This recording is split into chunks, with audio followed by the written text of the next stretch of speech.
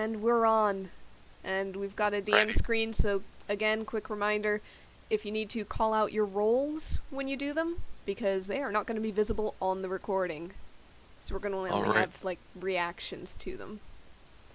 Mm-hmm. So, for time feel free to remind us of that 7 times throughout the session. Yeah, I'm going to have to remember it myself as DM. Alright, so, Ty, you want to give your recap? Okay. Yeah, okay, let's try and condense 4 pages. So, we sort of wake up, and there's already people in the tavern, and we find out, oh hey, there's gonna be a town meeting. We don't really know what it's about, and it sort of goes on, scene of Alaris' house and that morning routine, and then we all head to the meeting. It is still in the tavern, just the main area. Lots of people packed into the room, probably like a good amount of the population. So Lindell starts it, but we find out it was called by Bolton to sort of talk about the blight. So they're becoming a bit more of a problem after attacking with like a lot of them in that last fight. Figuring out something's very wrong with the forest. Setting up trenches and then setting the forest on fire in the summer. So like that will just be quickly over with, and people are getting different reactions. It gets into a really loud situation. Kane asks if Bolton has spoken to the other towns around the Sorren Wood to talk about that plan, but no, but the runners will be sent. And like there are a lot of other small villages that are unprotected from the blight. Some have already been like overrun and overgrown, so they're all gone. And then we find out Sorren has no trouble with the blight because like they're walled off, they have guards. So the town itself doesn't really know about the blight except they're evil, they attack, and they're flammable. And some of them do of course know about trees, and there's a risk of forest fire, things burning, winds blowing, stuff exploding. But the thing is that things start growing again, and also the worry of there being lack of lumber if the forest burns. So Bolton interrupts saying it'll all grow back without the blight, but they're living, so are trees. If trees grow back, maybe the blight will. And there's offers going around of like maybe not doing that, and Kane makes an offer of taking a month to rid the forest of the blight, or like attempting to, and by the end of the month, if we can't or will not take care of the blight, the village will try and relocate to Sorren until summer, until the forest can be burnt. So people start yep. Yeah. Alsana proceeds to float 5 feet in the air and sass. Oh yes. Yeah, that happens. A lot of Alsana sass. That's just the session, please. It's just that's any given session. Yep, so people start arguing a bit more. Alaris is worried that if he just went to take care of the blight alone, that he wouldn't come back because he could be like Walton's best defense. Alsana explains about other creatures and how the villagers wouldn't be able to deal with all of that alone. A lot of people are worried that if like the party's not here, the blight will return. And like if like people in the town do trust us, so we'll meet in the town. The town will meet again on the 3rd of Rainfall, so we do have our to try and rid of the blight. Bolton agrees, meeting adjourned. So Kane starts looking for a lumberjack person, gets referred to Brett Barth, who lives near the north of town. So Kane wants to show the villagers a strategy for fighting and defenses, sort of go there and help out for the day. The rest of us are planning on going to the wood after Kane's done with that. So Brett Barth sort of has a big wheelbarrow wheel, sort of, and Kane's slowly teaching him how to use the shield and giving reason to use it instead of just like sword. And we're all just chatting. Calda reveals some backstory stuff, and they bring out the lantern and survey like around the town, see if the skulk is skulking around. Alsana grabs another lamp vine just in case, and we get into the forest. Some trees are sprouting leaves. Came after the blight, but it is still winter. It's getting darker as we go in, and then we see like some lights flashing. So Alsana notices first. Calda and Kane see it a bit more, and we think we're being led somewhere. So Calda and Alsana go off on the broom with the lantern of revealing and the lamp vine. So in the distance, we get sort of caught off to a dip where there's a frozen river, and we get attacked by those lights and some tree shits. Some tree And- shits. Some tree shits.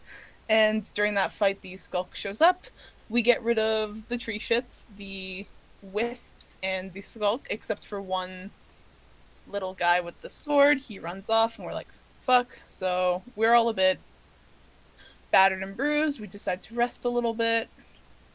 So after the rest, we sort of start to head off, and then there's been a little puff of snow, and our little tree guy comes back with another 2 of its kind and 2 large shadowy dogs. He brought friends. Time to roll an Tree initiative. boys brought Yep. some fucking Time people. to roll. Fuck friends. Time to roll initiative is right. So, let's go ahead and get that started. You guys took your rest. You took an hour sitting in this area, Is the healing tracker up. visible? Huh? Is the tracker visible on the recording? Yes, it is. Okay. So, So- So at the very least, Yeah, we you- don't me have just to call saying that out. fuck on that is understood. Yep, it is Okay. there. We're gonna go ahead and get initiative on these guys. So there's that. Give me a Some second. boys. God. Some boys, some quality boys. Oh Oof. yes. The boys. And Kane's got That's- +1 so that's a big oof dexterity. for me, These Chief. guys have +2, so they are before Kane, unfortunately. That's fair. Let me get some tunes. Get our battle mix going. There we go. Turn it up just a little for myself. Alright. Are we all on? Yes, we are. Descending order. Okay. And taken perhaps a little bit by surprise by the sudden poof appearance of a bunch of foes, including one that you'd run off just a little bit before. You're caught just a little flat-footed, and these 2 shadowy dogs suddenly dart forward. Actually, as a point of interest, last time, did you guys turn off the lantern or dim it or anything? Because there was the saving of oil that might be a thing to do. So is it it is off right now? Okay. Not important at the moment, but it might be later. So this is all pretty much dim light. It's not darkness, but the forest is dim, just for the sake of the one, it doesn't make a difference for most of you, but the one halfling without dark vision, it's not the bright sunny day, okay?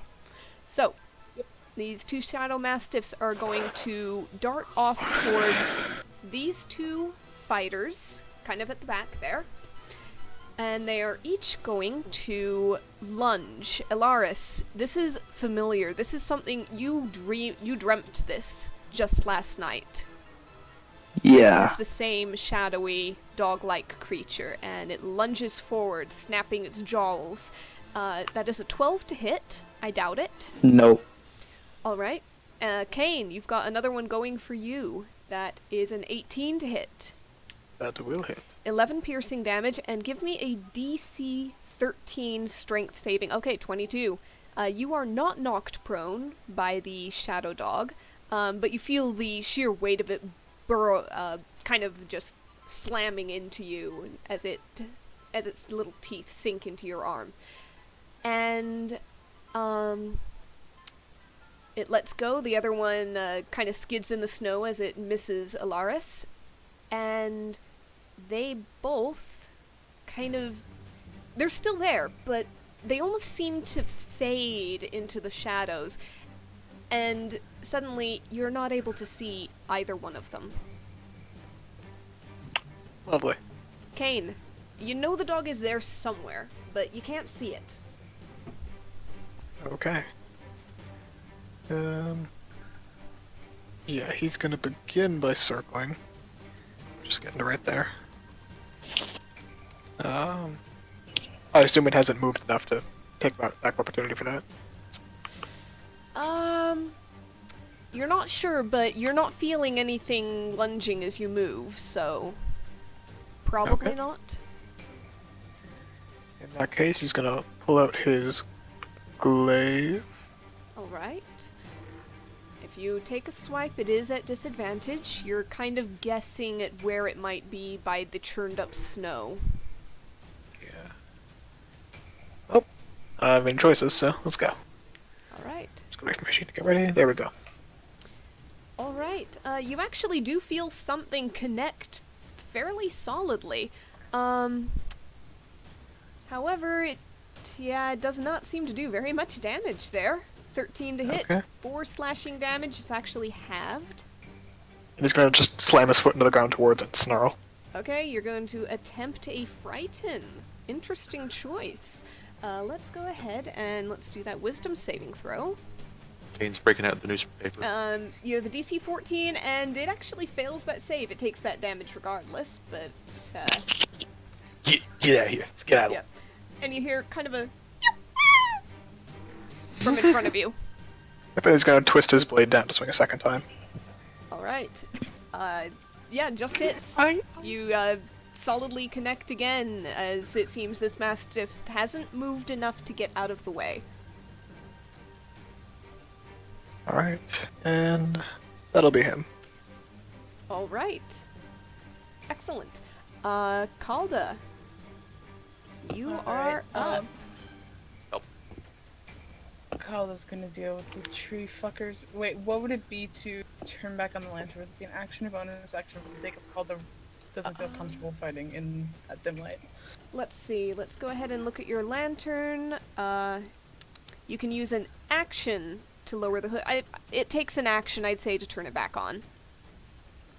Because if it takes an Okay, action just to lower the hood, then it definitely takes an action to light it. Yeah, okay. She's gonna deal with the tree guys in front of her here then. Because those are the ones she can see. And then dim light, still normal attacks, yeah? Still normal attacks, yes. They are not invisible. Okay, yeah. 2 attacks at the one just right here on the left. Noted. Well, let me have them. Oh, that's a critical. That natural hits. 20. I'm gonna real quick. Do it. Do it. And then I need to roll another. Click it 2d8. again. Just click it again. Another 2d8 for that radiant damage. Okay. Hold on 1 second while I start totaling things up, because that's 8 plus 9 slashing damage plus 12 plus 13. 17 plus 35, 52. Yeah, 20 that thing is dead in the first slash. You can turn that second greatsword attack with the 20 to hit on something else, because you just descended upon this thing in all your small fury, and you absolutely skewered it and lit it up like a firecracker. Alright, the 20 is going to Next be just one. on the one on the right then. Yeah, it hits. 20 definitely hits these guys. They are not armored at all. They're really only wearing like a ratty loincloth. All they have going for them is basically their dexterity. Yep. So this one doesn't go down, but it's a pretty solid hit. Alright, yeah, and bonus action? No, let's not do a bonus action. Okay, that's it. Okay. Alright, they are up next, and seeing one go down, and another one just took a great sword to the side. They don't look particularly happy. First, however, I need to check something. Let's go ahead and 2d6, a 3 and a 2. Okay, noted. So, Alsana, how far up off the ground are you? 5 feet is the usual. If she's Okay. not, like, going anywhere. Yep, okay. So, this one in the back, seeing that the little halfling is troubled and nobody is on the person floating on the broomstick, is gonna kind of scurry around this tree, kind of try to leap up off the bark with arms outstretched and the rope stretched between them. It's going to attempt a garrote attack on you, Alsana. That is a 10 to hit, so I'm pretty sure it just swips right by and falls into the She snow. pulls up. Yep. So it's kind of on the other side of you here, just scrabbling in the snow and turning around, snarling. You hear some nasty curse words in common. Meanwhile, the one in front of you, Kalda, having taken that greatsword to the side, is gonna kind of, it's gonna go, oh crud! And try to swipe at you with its short sword. It's not going for the garrote. Oh, that's a natural 20. Oh.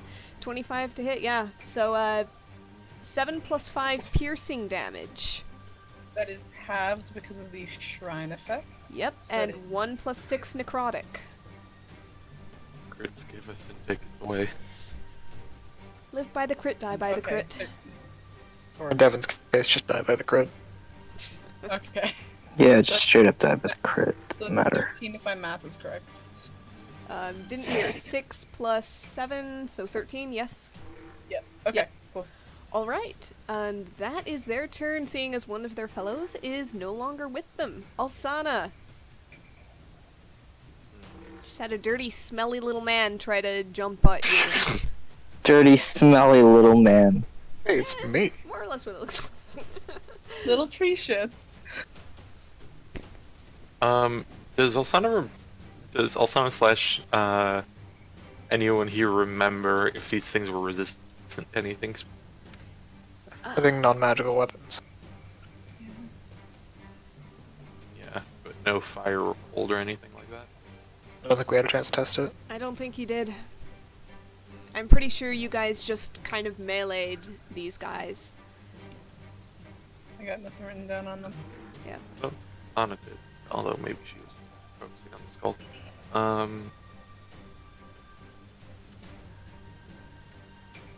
Yeah, she's going to just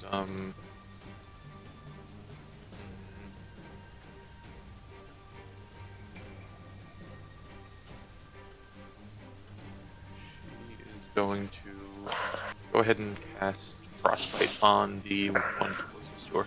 Okay, let me see that. That's a Constitution saving throw for 8 cold damage if it connects. So let me give you that con save. Oh, failed by 1. So -1, good to know. yeah, haha. They're not. They're spindly, scrawny looking things. They almost look malnourished. In fact, they are not meaty, beefy individuals. So that No. is an. Is that supposed to be 8 cold damage? Oh, 2d6 because you're a higher level. That's right. Mhm. Okay, good. So 8 cold damage and disadvantage on the next weapon attack roll it makes before the end of its next turn. Good to know. And for the record, it does not seem to resist the cold. Oh, okay, good to know. So keep that disadvantage in mind in case I forget, and remind me if need be. Anything else? I think that'll be it for her. Okay. Ilaris.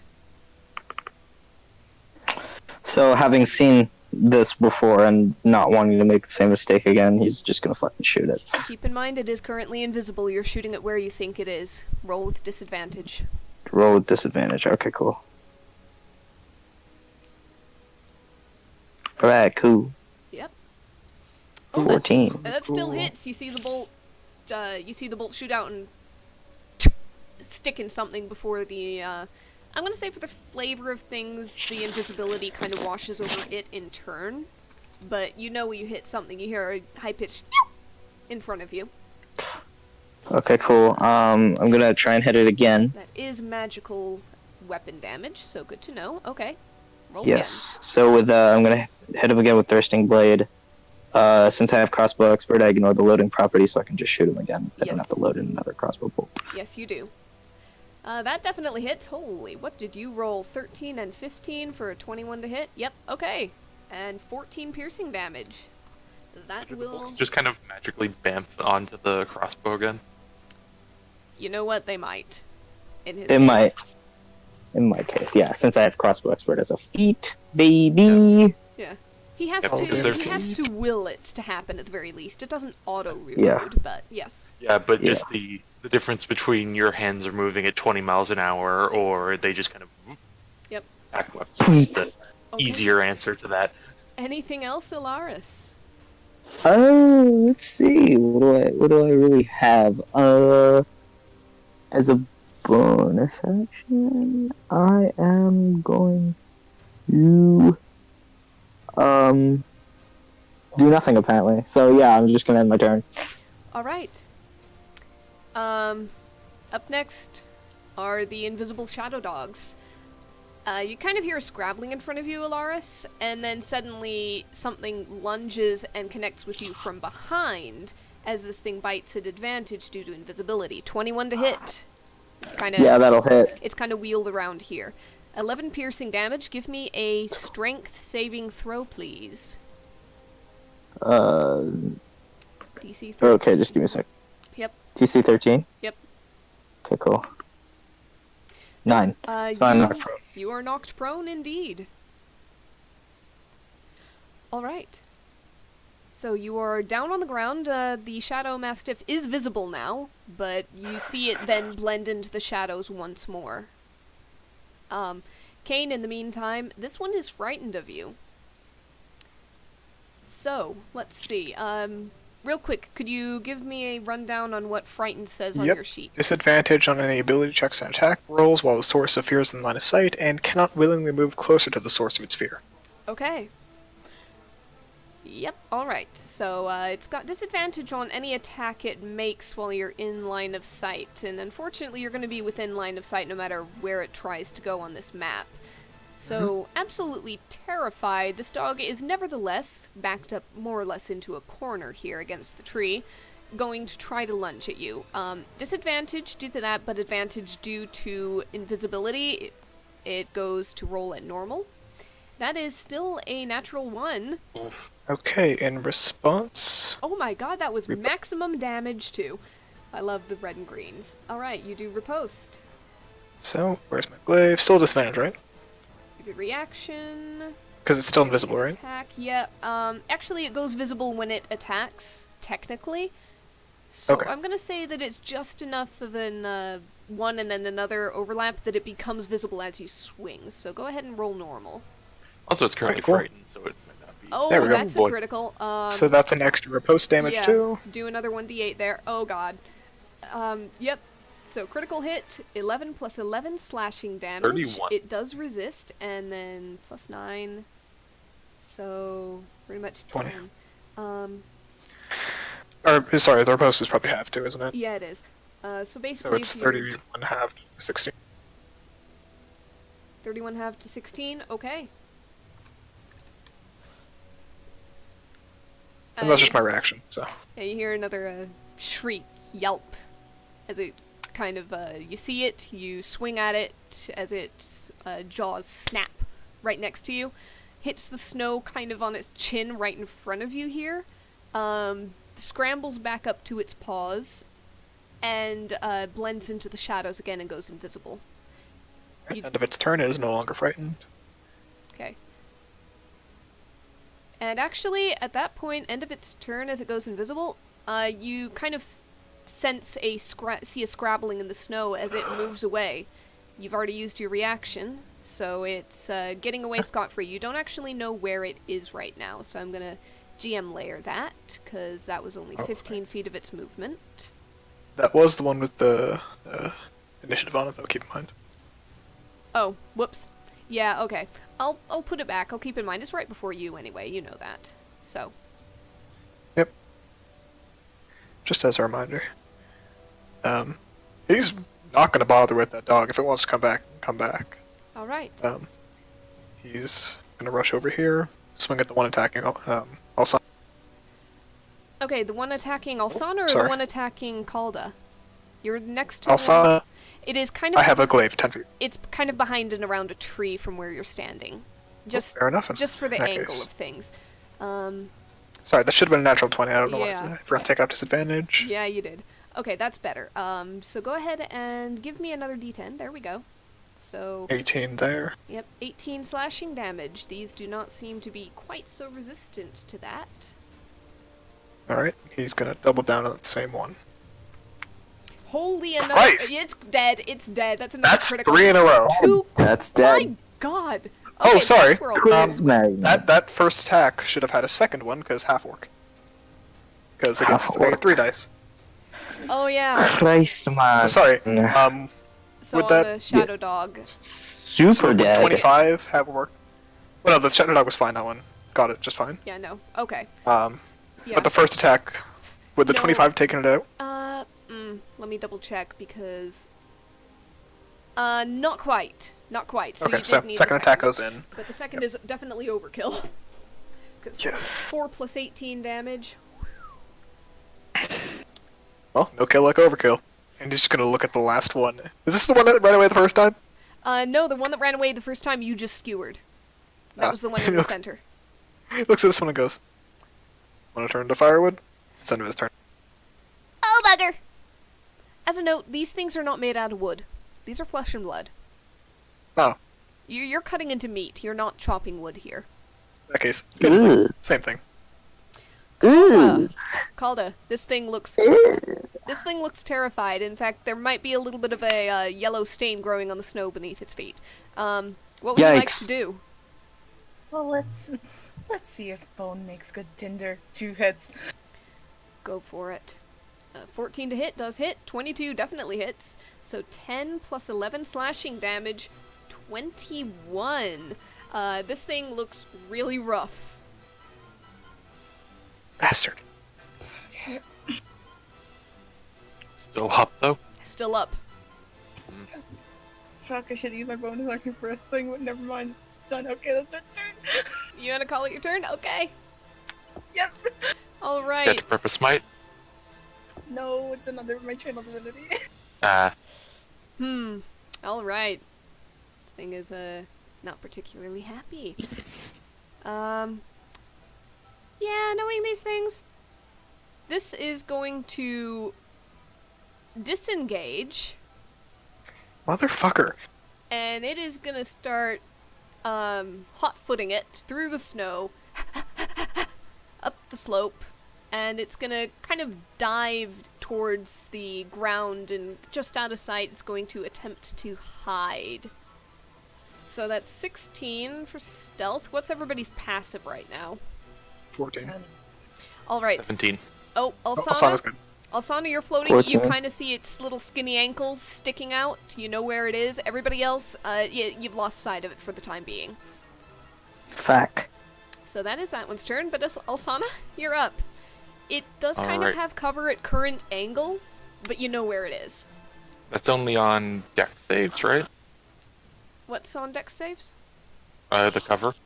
Yeah, only affects dex yeah. saves. Yeah. Alright. And And range attacks. Mm-hmm. we're going to do another frostbite. Okay. This time, yeah, she'll drop a harvest scythe on it. Alright, it fails its constitution saving throw, and frankly, the scythe was not necessary because you look at those skinny little ankles, you aim your frostbite spell, the snap of cold washes over it, and you hear this final She just, like- shriek, and then it kicks and goes still. Yeah, she just kind of like reaches into the pocket of the ash and just like flings it, and it just floats across in the air. Just kind of like sticks to him, and then the crystals kind of like go up on his skin. Nice. Alright. So was the harvest? Technically, Was if that you- a take? Yeah, if you want to go ahead and add it on, even though it wasn't necessary, you did kill a creature with this, so... how many scythe things were you going to use? Just one. Okay, so I believe, and you are an ally of your choice, you can see within 30 feet, regains 2 hit points per die spent, so that's 1, so 2 hit points. You or an ally. Yeah. 30 feet. Alaris. Elaris, pick up 2 hit points. Pick up 2 hit points. Yep. Lovely. As there's a little like cold scythe that just kind of like floats over, like a little snowflake, lands on you, and you feel a bit better. Huh. Alright. You're currently prone on the ground, but it's your turn. Is it on top of me? Not quite, and it's also invisible. You're not quite sure It's where also it is, invisible? but it's not pinning you to the ground by any means. It just Alright, knocked you I'm down. going to... Mhm. I'm gonna stay on the ground and just fire from prone position. Alright. Is that disadvantage? Nope, that's only melee, I think. Okay. Kind of weird, but alright. You do have disadvantage anyway because it is invisible. Yeah. So yeah. Yeah. I Yeah. think it's one of those within 5 feet things. Whoa. Nope, the creature has disadvantage on attack rolls. On just attack rolls in general. Okay, so Yep. roll one more d20, and if it's lower than a 13, we'll take that instead. Done. Alright, Yeah. that's fine. It just makes sense to me in my head that it would be disadvantage from that too, so. We are stacking advantage and Yeah, I'll add my disadvantage. attack roll as well. Yeah. Okay, yeah, you don't roll any lower, so 21 to hit, 10 piercing damage. You hear a yelp, and you kind of see it come back into view as it slumps over sideways, with the bolt sticking straight out of the front of its chest. Is it dead? It is dead. Alright, is there another one by me? Somewhere. You know there's another. Somewhere. You know there was another one. You don't know if Kane killed it. You've kind of been occupied Okay. over here, and line of sight's been broken by Yeah. this tree and rocks. So Yeah, I'm looking for another boy. So I'm just gonna use half my movement to get up, okay. and if anything tries to lunge at me, I'll hold my action. No, not hold my action. Yeah. I can't hold my attack, so yeah, I'll just get up. All right. Okay. So you are standing up. Are you moving anywhere, or just staying right there? Stand right here. Okay, sounds good.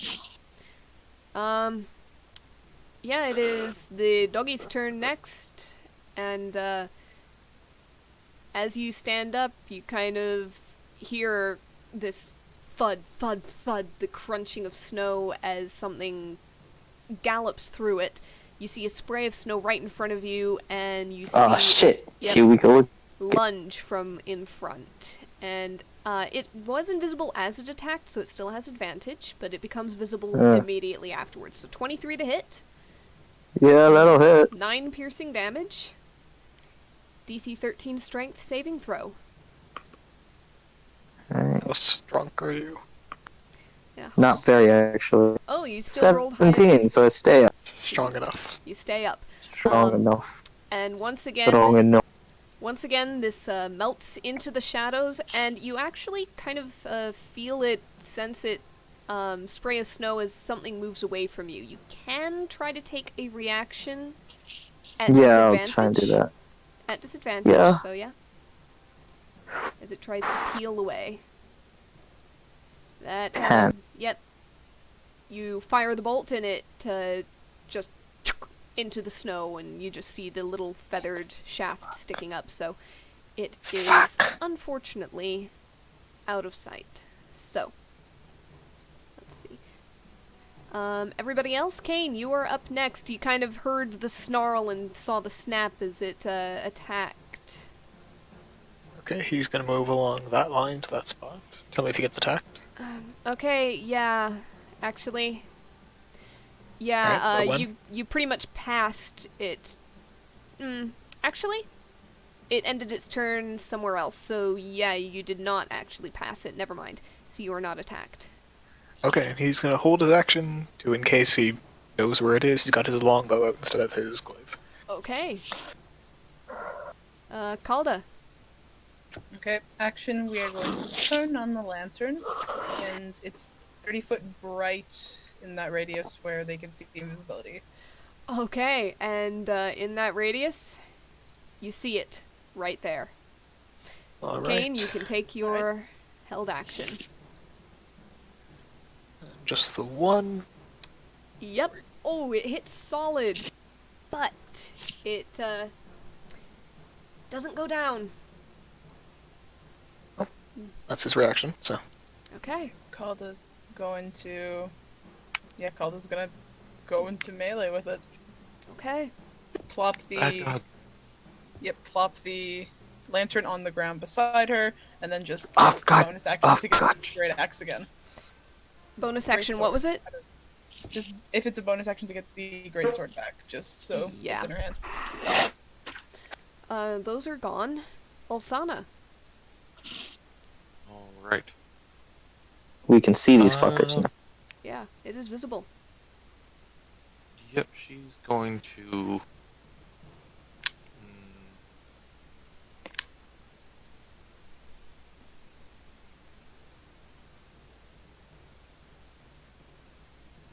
She's gonna Did these things seem like relatively hard to hit at all? Um, Ours hit with a 13, right? So far, not really. The most difficult thing about them seems to have been that they were invisible, and even then, you probably would have seen your companions connect with them regardless. Alright. So, Yeah, they're shadowy looking, so you might think they'd be difficult, but stuff seems to connect. They don't bear armor. They don't have a rough or rocky or scaled hide. She'll flick on in her hand a little mode of fire and throw a produce flame, which probably misses. That does miss, unfortunately. You know, even as you're flicking it off your finger, that your aim was off, and you see the fire scatter across the rocks behind it. Does that thing where it kind of like sticks to the very tip of your finger and just completely throws off the trajectory. Yeah. Anything else? You are free to move or maneuver as you will. She'll like take one of the swears she heard from one of the tree elf things and use it, and that'll be it. All right. Actually, she'll float a few feet back. Okay. Elaris, you are next. All right.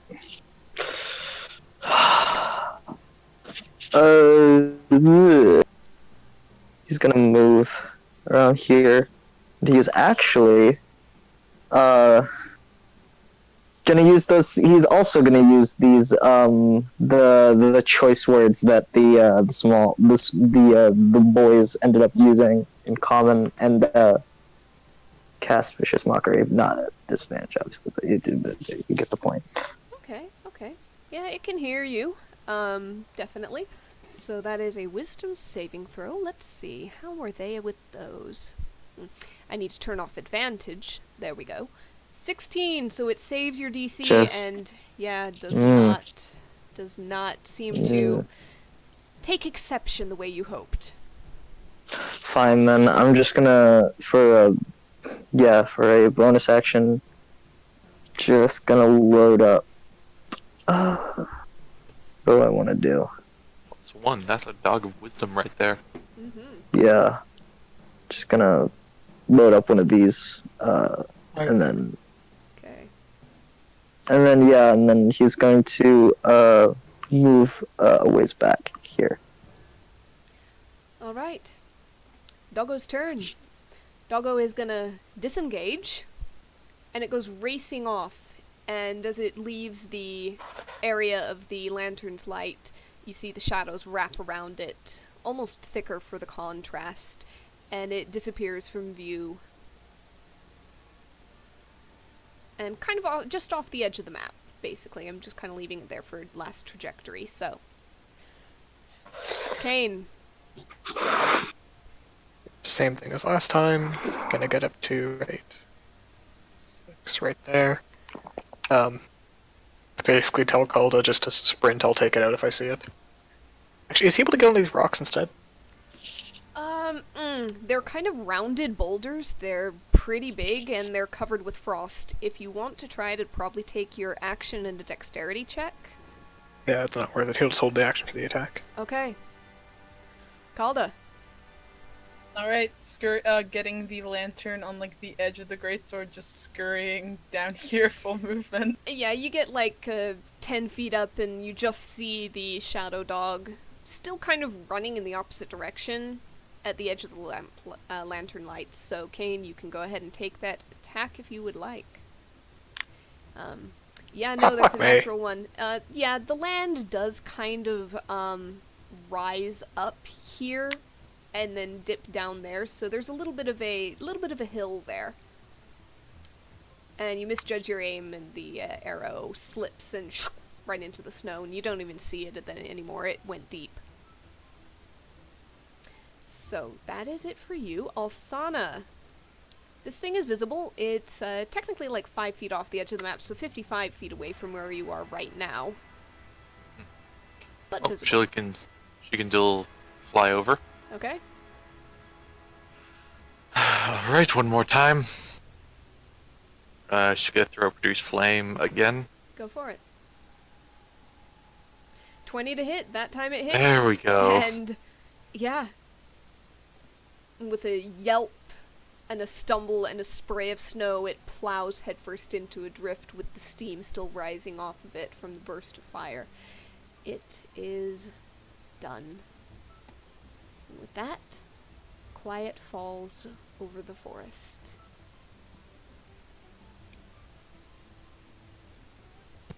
Okay, I'm just gonna go looking for the one arrow that he lost, and hopefully the one he shot earlier. Alright, do a little, let's call it an investigation check just to see how lucky you get finding things.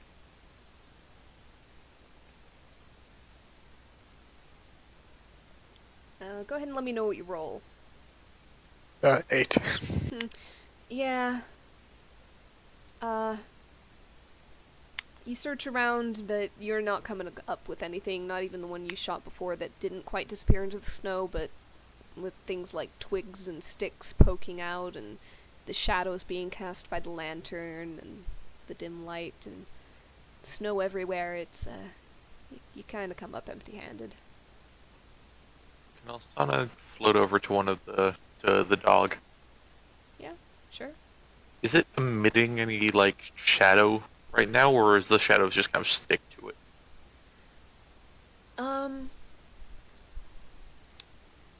Let's see. Kind of an interesting question, 'cause, let's see what I can recall. I don't believe it actually, per se, emits shadow as much. Go ahead and do a nature check. And tell me what you get. I'm trying to find music at the same time. She rolled a 17. Okay. Let's go with that one. Alright, so 17. You're pretty aware that this isn't just a beast. You're not quite sure what it is, on that roll.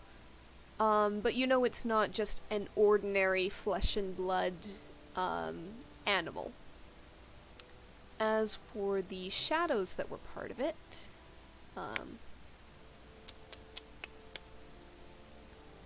let's see. Sorry, I'm trying to find my notes. Of course I'm not coming across them. Yeah, 1 second.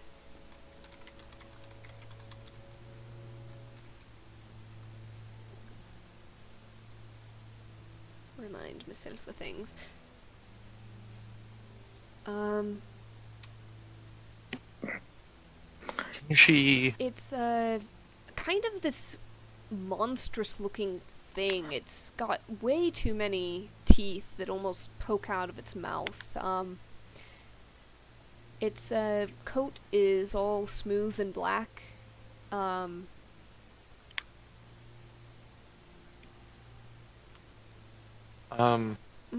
So, from the... Would she know if there was much connection between these things and the skulks?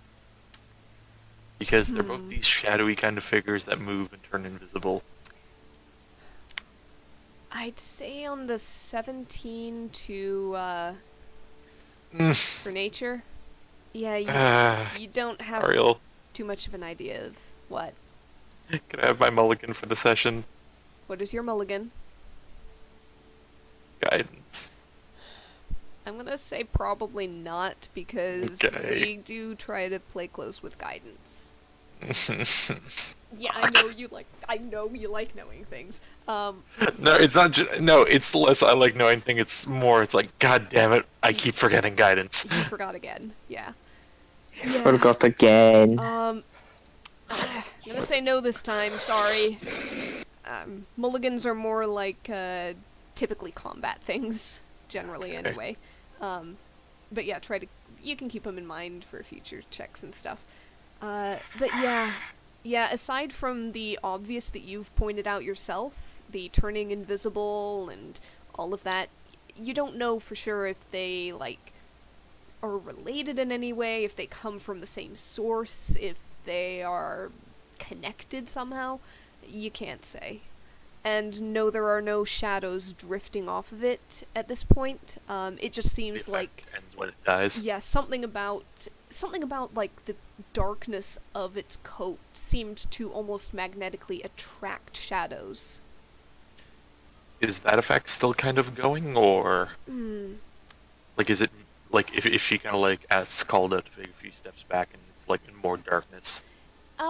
Perhaps, yeah. It becomes difficult to see. It doesn't go fully invisible, but it gets to a point where it's like, if you didn't know it was there, you might just kind of glance over it as a patch of shadow in the woods.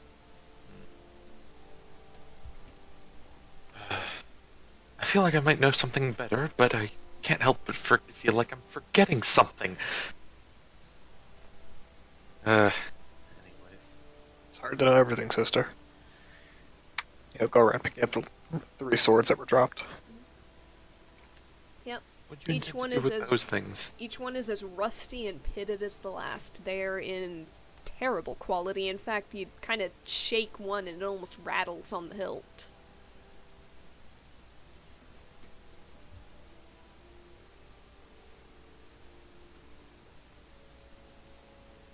And Alsana did ask you what you intend to do with those.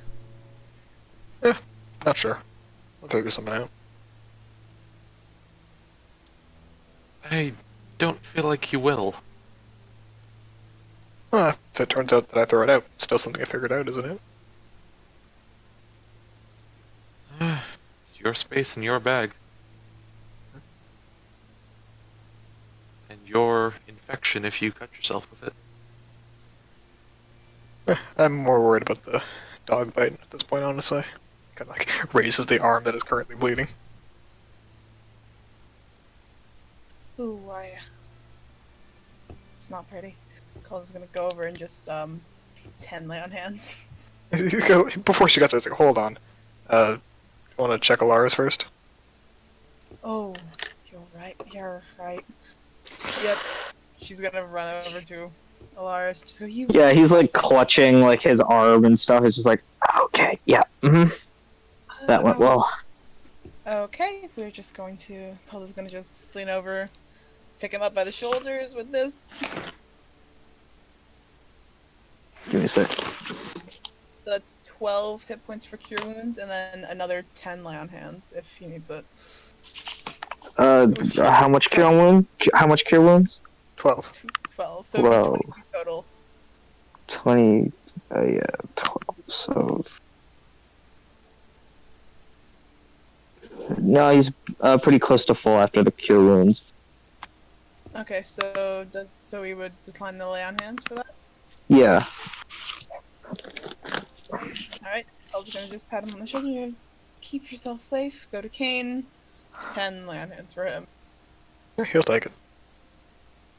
Sana, did you get any hits during this? Do you need a bit of a top Perfectly up? fine, dear. Alright. Calder will lay on hands. Another 10 for herself.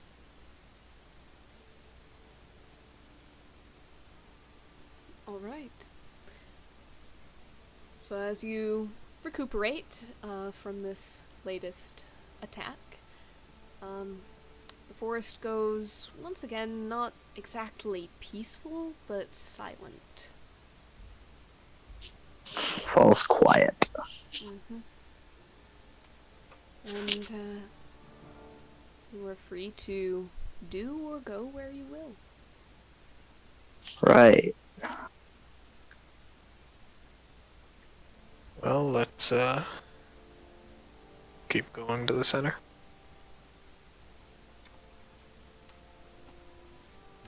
Okay. Suppose so. Hops up on the broom. Longbow out.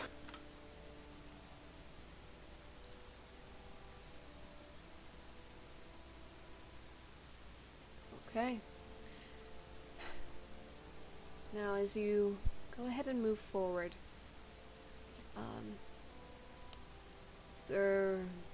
you can go ahead and do. One person can do a survival check, or everybody can do perception to see if you see anything of interest or note. Just as you move ahead. next hour, basically. Survival? One person can do survival if they're guiding the group. Probably Alsana, Okay. right? Alsana doesn't have. She has +4. Yeah, Alaris is +4. I Same with prefer, Kane. I prefer if Alsana rolled a perception, though. She has +7. Elaris, you are kind of getting towards the edge of what you might be even generally familiar with. You've never gone quite this deep into the forest before. I'll allow you for this 1 hour your advantage for home turf, but after this... So are we maybe- deciding in between someone rolling survival and the whole group rolling perception, or is it on top of it? 3 perceptions, Yeah, 1 this is survival. the Let's this will be do- my one advantage perception or whatever, Yeah, let's do the or three... one advantage survival. Yeah, let's go ahead and do all of it. Natural Oh 20. god.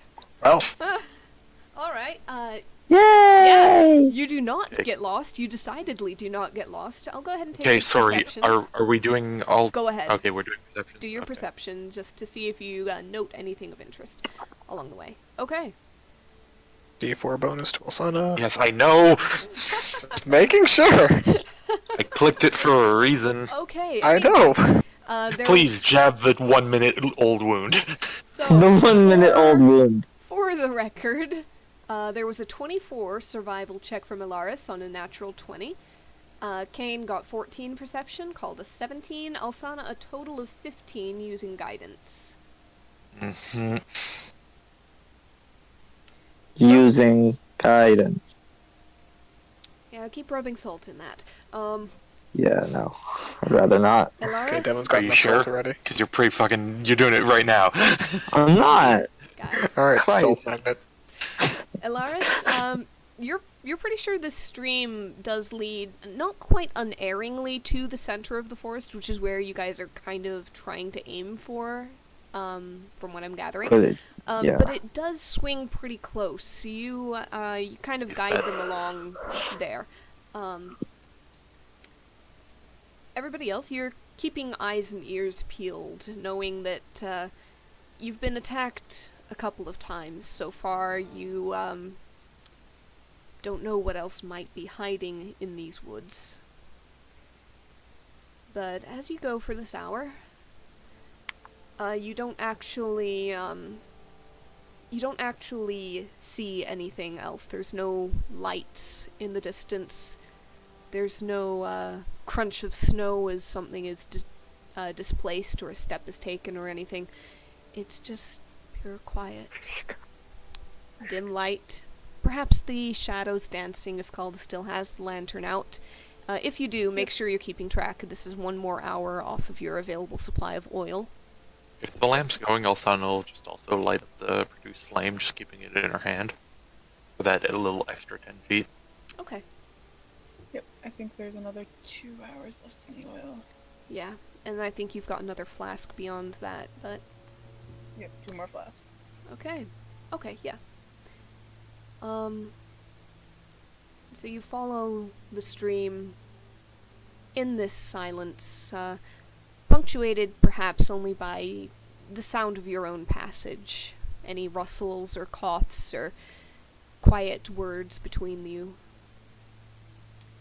And gradually, at the end of the hour, just as the sky beyond the dimness of the forest goes just a little darker and the first few flakes of snow start to drift downwards, Elaris, you come to a stop and you look around and you kind of recognize the clearing where once, years ago, you were waiting with some adventurers' bags, and on a terrible gut feeling, you grabbed a crossbow, turned around, and ran for home.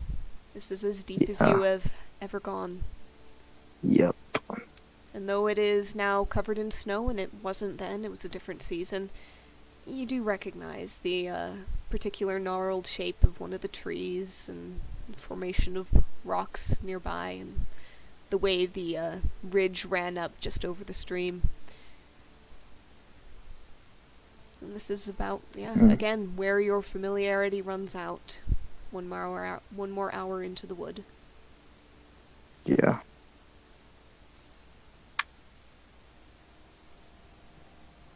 have no memory of this place.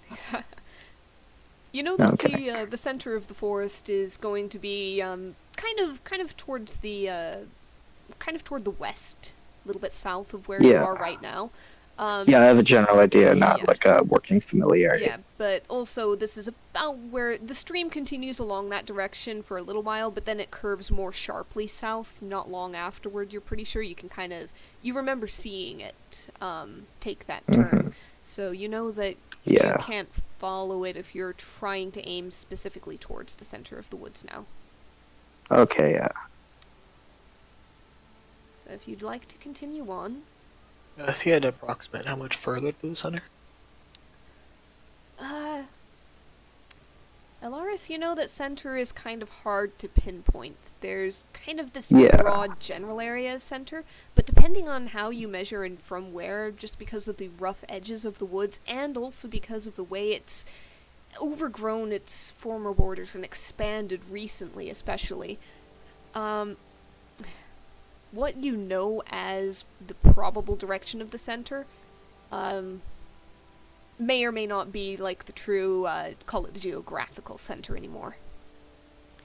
Hmm. You kind of have the general idea that that way is deeper into the woods.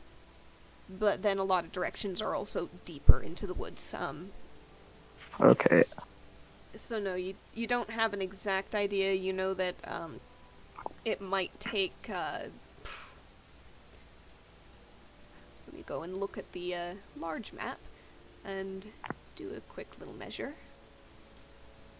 If you were to just purely cross the woods from Walton all the way to Long Lake, straight across, it's about 30 or so miles, and through this particular woodland, if you didn't have any like paths to follow or anything, if you're just fighting the underbrush and going up and down and around ridges and stuff, that might be the better part of a couple of days. Hmm. So it could be, if you were to go for a presumed center, it could be like a full day's travel. It could be just a little bit more, depending on what you Yeah. have to fight through and struggle against.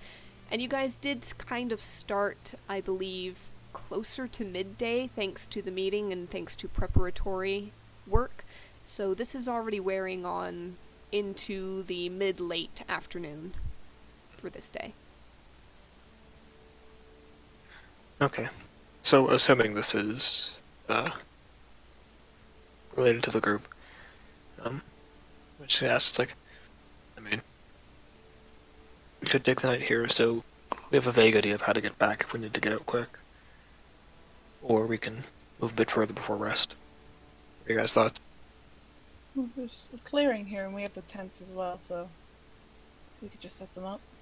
I'd imagine stopping earlier rather than later is better. It's probably going to just get worse the further we go. The question is, would you guys rather sleep when it's full dark out, or sleep when it's vaguely light out? These things seem to thrive in the darkness. Full dark, personally. Otherwise, we're just kind of sat here twiddling our thumbs. Well, they Or- could keep walking. And like I said, the further we go in, the more dangerous it gets, so it kind of defeats the purpose. If you say so. You saw what we ran into today with the light already existing. The trees blotted enough of it as it is. Yeah, my only concern is them coming up just when we sleep and prepared, but Well, that's guess going that to be a would- threat at all times. yeah, that's true. So, should we rest? Yeah, who wants to take first watch then, if we are going to rest? Yeah, I'm still Oh. pretty healthy for the night. Like much for as long as the lantern's still lit. Is it worth it to keep the lantern lit, though? Might need it later on. Not gonna be able to see anything anyways. Kala's gonna turn off the lantern then. Here, I'll set up a fire. Alsana, would you be able to light it for me? She just holds the hand out with the flame, Perfect. black ash. And he'll leave the tents for everyone to set up, and he'll take his glaive and basically start chopping off high branches so they're not as wet. Alright, even the high branches are fairly coated in ice and snow, and, there is more snow coming down. But give me a quick survival check just to see a number. 21. Yeah. Okay. You're able to find some that are actually they're fairly dead and maybe not exactly dry, but they'll do, especially given the magical nature of the fire from Produce Flame.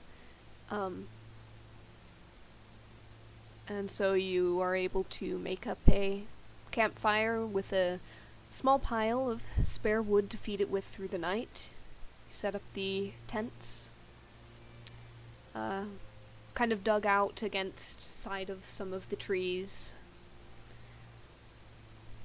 And as the snow drifts, some of you go to rest. And who is first watch again? That'll be Kane. Okay. Kane, go ahead and give me a perception check. As they're going to bed, Alsana taps him on the shoulder. Alright. Hey, it's my passive perception. Okay, 14. Alright, little tap from your sister, and you feel some with kind a of flick. magic. Alright, a flick. You sit down There's a and... mark of soot on your shirt sleeve. Yep. And as the others go to sleep, you start to sit or pace or feed the fire. Just keep an eye out on the surrounding area. And as you watch, the snow does grow heavier. There's no wind, but it's cold out, and slowly the snow is getting thicker, and it's a kind of that heavy, wet, clinging sort of snow. It's settling on the branches, but some does escape from that canopy and drift down, and within an hour or two it's coating the top of the tents pretty well, and you're kind of digging out from around the fire, which is burning somewhat low. But you're able to keep things going. You're able to keep an eye out between the fire and your dark vision. At one point, near the end of your watch, you hear a sudden snap crack, but you look around and you realize it's just a branch falling from high up, finally succumbing under the weight of the You might snowfall. walk over and take that branch from the fire. Alright, you do. You kind of have to knock a lot of snow off of it. It is caked on, but you drag it back with all of the little twig ends and sticks trailing in the snow behind you. And axe to chop it up so that whoever wakes up from that chopping sound is whoever takes second watch. Alright. Anybody particularly light sleeper wants to volunteer for second watch? Calls could probably do second.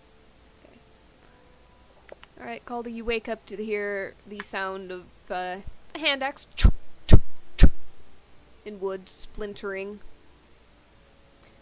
Poke your head out of the Alright. tent and you see Kane chopping up a pretty hefty sized branch with a small axe. Go get some sleep. Stop. Please stop chopping. He kind of just smiles and says, I figured someone would wake up for that. Get ready and just pack up for the night. Yeah, good night. Do you want a bow for watching, or do you want to keep your weapons? I can throw my hammer fairly well.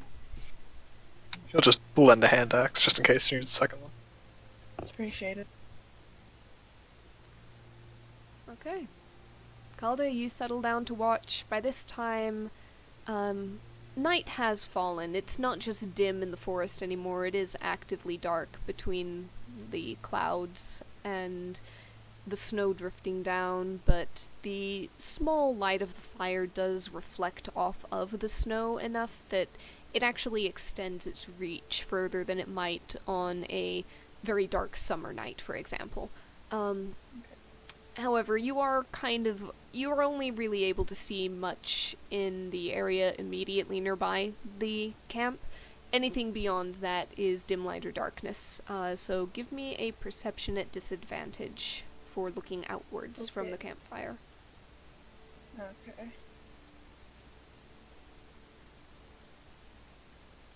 I clicked it. Alright. That's a 7. That's a 7. Okay, you kind of peer out into the darkness, but it's thick, it's heavy. The snow is still falling, though it is gradually lessening. You might take a little bit of time to kind of knock a bit off of the top of the tents, just to keep them from sagging or collapsing under the weight. You feed the fire. You watch, you listen, but pure silence. And your watch passes, uneventful. There is one more watch for the night. Who do you wake up for it? God, this is too scared to wake up Asana. So you So, go and shake hands. Elaris. Alright. what? It's my turn? Yeah, one more watch. The sun's gonna come up at a point, I think. Okay. You think? It's dark in here. I can't see shit. Fair enough. Yeah, it is dark in there, especially inside the tent. You almost step on Kane trying to leave after waking Elaris up, but you miss his hand. You crawl back into the tent you probably share with Alsana and cuddle back Asana likes into total your... darkness. You curl back into your sleeping roll. Elaris, you head out. There's not much wood left for the fire, but it is still going. It is no longer really snowing, though occasionally little bits drift down from above, whether it's from the sky or from high branches, you're not quite sure. Sometimes bigger clumps will drop, obviously from the branches, and they just kind of plop plop onto the ground. But only Okay. occasionally. Go ahead and do a perception check. Go ahead and do a perception check. Okay, Yep. give me a sec.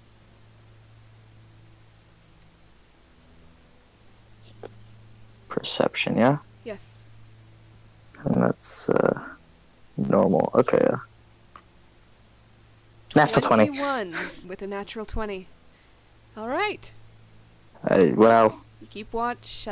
It's perhaps even a little bit easier for you than it was for either of the others, given your dark vision where Calda had none, and also the fact that the snow has actually let up, whereas during Kane's watch it kind of reached its heaviest point.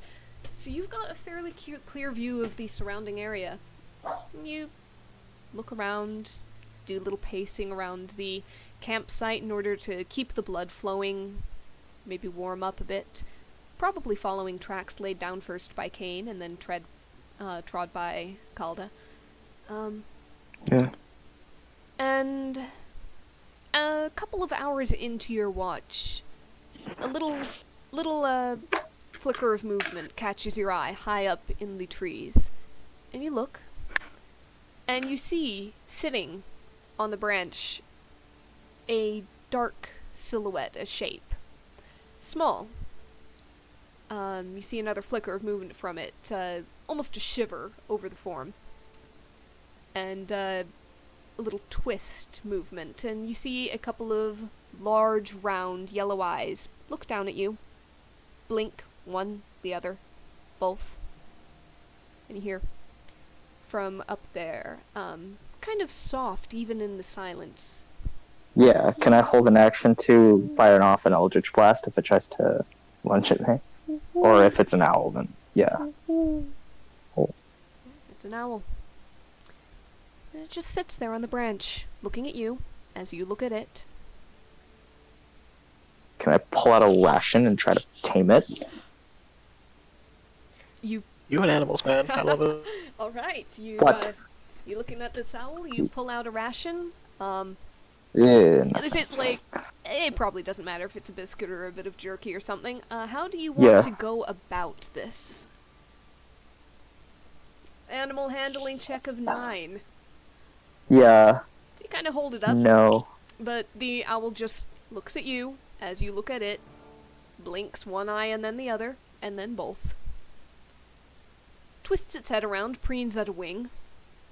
Twists back, looks at you. Ooh. And there's a sudden flutter of movement and snow dropping onto the ground as it spreads its wings, flaps back towards another branch just a little bit further away. Looks at you. Ooh. Can I try to inch closer towards it and try another animal handling check? It started out probably like a good 10 feet, 15 feet away, and now it's even further, probably closer to 20 or 25. How close are you trying to get? 'Cause it kinda A hopped decent from- distance. It hopped from one tree nearby to another, so decent distance. Are you trying to go up like right to the tree that it's in, or? Yeah, like try to approach it. Alright, that does take you outside the range of the firelight, but you have dark vision, so you are fine. It's, you can see basically as if it was dim light right now, given how dark it is right before Yeah. dawn. Okay. Go ahead and do another animal handling check. And another 9. Another 9. Jesus. Yeah, you're still, Professor Thaddeus, no. you're kind of holding up the bit of ration, and I don't know, maybe you're making a little bit of a noise, hoping that it might be attracted to that, but it just stares No. at you, does its blink, and hops and flutters to another tree and turns to stare at you again. I don't suppose Alsana hears this as it's getting to the morning.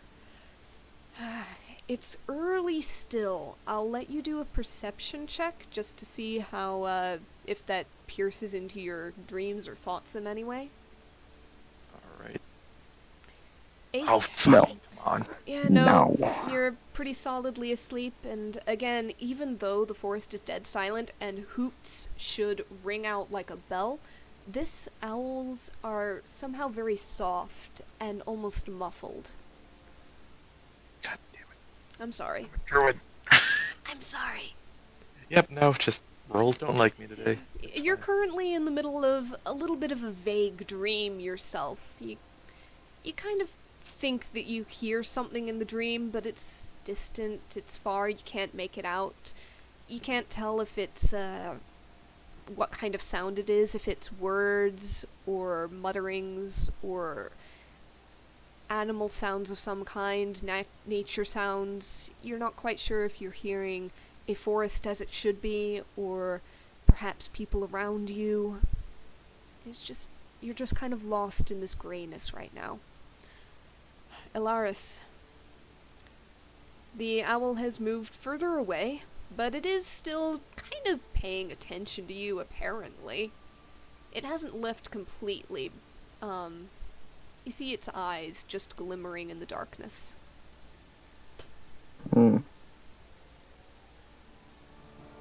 Yeah, I think I'll just head back to the watch. Alright, you head back to the camp.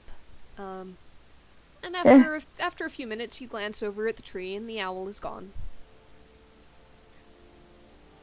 The rest of your watch passes without any further event. And, as the sky begins to lighten just a little bit overhead, just enough to bring the forest from darkness towards that dim, pervading light again. You might let the fire burn down a little further, feed it with its Yeah. last twigs. And you can go and wake up the others, assuming they haven't woken up themselves. Yeah. Take that long rest now. Take that long rest now. Yep. Everybody, you rise to a cold but fresh morning. New snow on the ground. It's gonna make going maybe just a little bit trickier than it already was, but not to a great degree or unexpected degree. Also, I'll do the equivalent of checking your phone when you wake up and just kind of like turn over and just conjure up a little weather report in her hand. Alright. You conjure up your little weather report. You see more gray clouds. There's a period of very light snow, but then gray clouds again. And it loops. And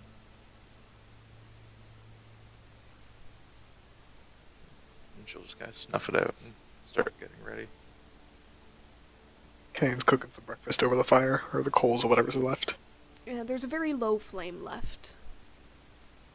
You'll kind of make sure the coals are generating heat, and then hash browns, maybe an egg or two. Mhm. Last bit of the fish. Okay. You'll save an extra portion for Calda. Yep. Everybody, you get up, and as everybody else probably is breaking down the tents, rolling up your bedrolls, Kane serves up a fairly hearty breakfast for traveling.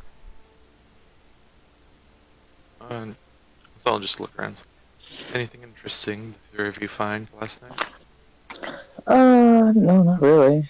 Ran into an owl. That was fun. There's just an owl. Just an owl. I haven't seen a single piece of wildlife here since we got here.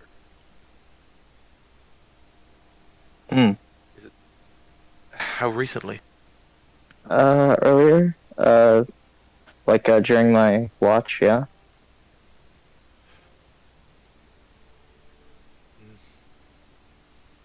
She kind of thinks to herself and kind of bites her lip, considering something. I'm going to I didn't think it was much use here, but she'll just kind of pull out a small book and start flipping through some spells. Okay. I kind of trying to send it to can I trust the more magic folk to focus on long range today? I've been getting hurt more than I like. I want to stick to my shield. Sure. I mean, I do that anyway, but okay. I'm sorry, brother, but your face is too large for the enemies not to hit. Sure, I'll stick the metal in the way.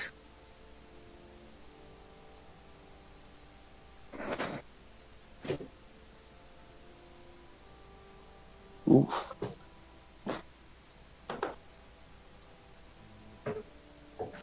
Okay, Alsana is going to prep speak with animals. Alright.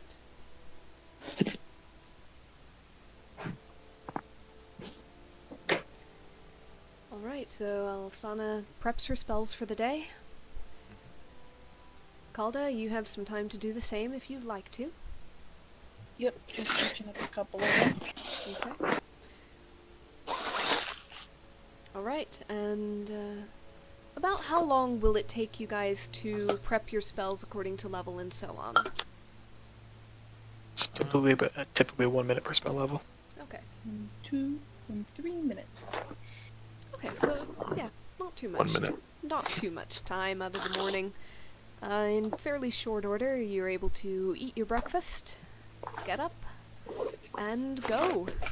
So, which way would you like to head? Background noise there, John. Yeah, that is a fair amount of noise. It is the 4th day of Wind Howl. It is cold, it is cloudy, it is dim, as ever in these woods. And you can head in roughly the direction that Alaris pointed as probably towards the center. You can choose a different heading, you can kind of pick a direction and walk. Kane's gonna try to pull a compass out of his bag. Okay, go ahead and give me that d20 luck roll. There we go. Oh yeah, 19.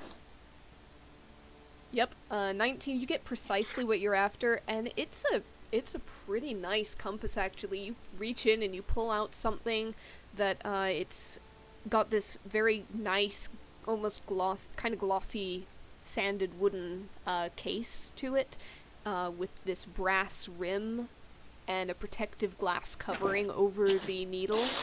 It's clearly marked with the north, south, east, west quadrants, the lines around the edges. The needle kind of vibrates and dances on its post with your movements, and you're able to get it pretty precisely aligned.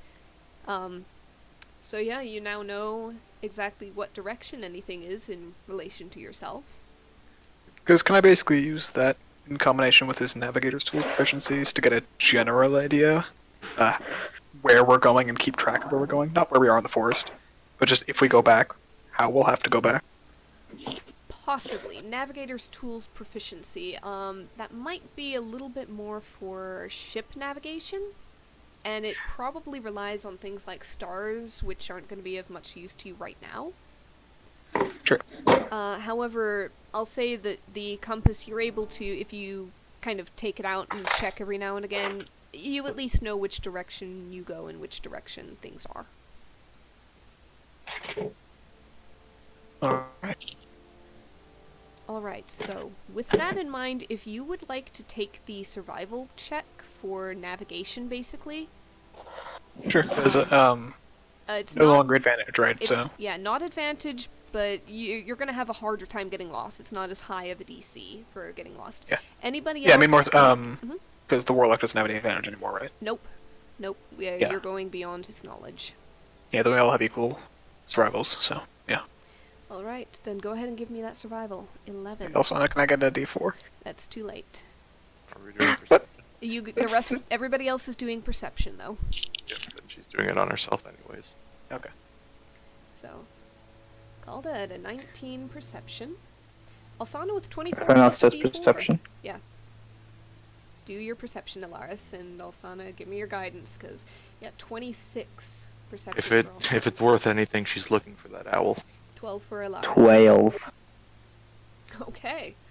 You set out on your further trek for this first hour, and as you're kind of crunch, trudging through the snowdrifts, kind of navigating around the larger trees or fallen trunks, stands of boulders, ridges too steep to climb easily, Kane, you're fairly well able to keep everybody in track, though at one point having to kind of go around a larger obstacle, you maybe forget just once to check the compass and try to keep things in mind, so for a little bit you're a little bit doubtful of, oh wait a second, maybe did we turn a little further south than we were before? Are we still on heading? You're not quite certain, but you're pretty Not sure used that to you're... having a compass yet. Yeah, you know that you are not at the point of going in circles at the very least. You're just not quite sure if your heading per se is precisely what it was when you started out.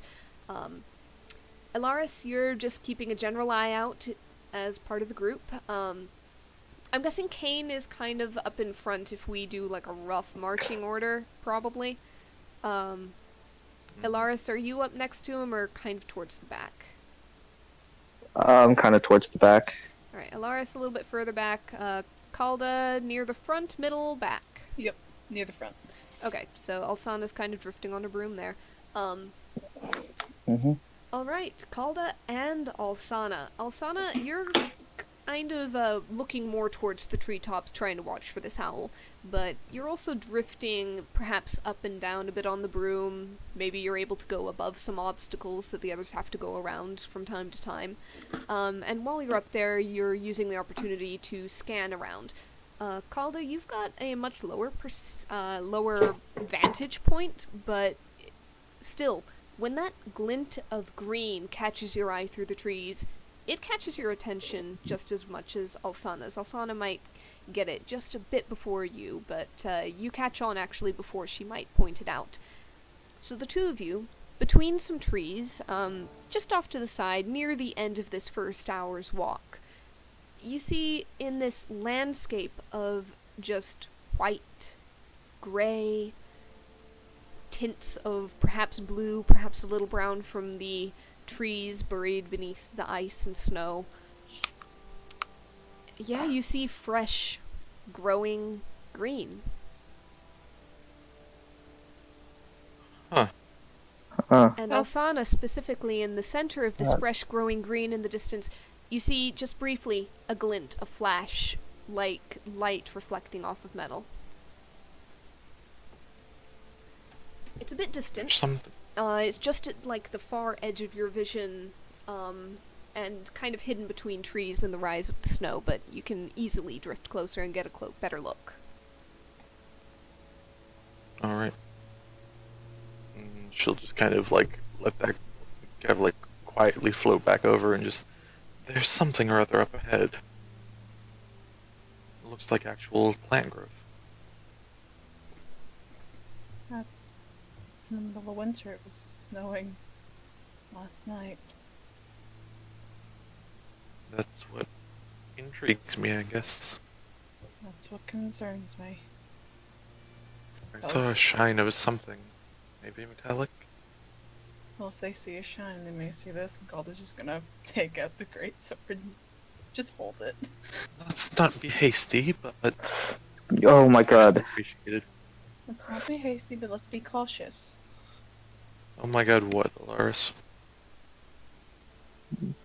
Just maybe be a bit more cautious when brandishing a weapon like that. When Elsana just said she saw something. I see the green. It's in the middle of winter. I'm gonna be a little cautious. Well, shall we, There did Okay. used to be a location of a forest guardian. May I remind you? It could be its True. last holdout. We don't know, just... I won't stab anything. I don't stab before I talk. But if it gives a threat, you know how I work. Well, that's what your arm is for, isn't it? She just start floating along.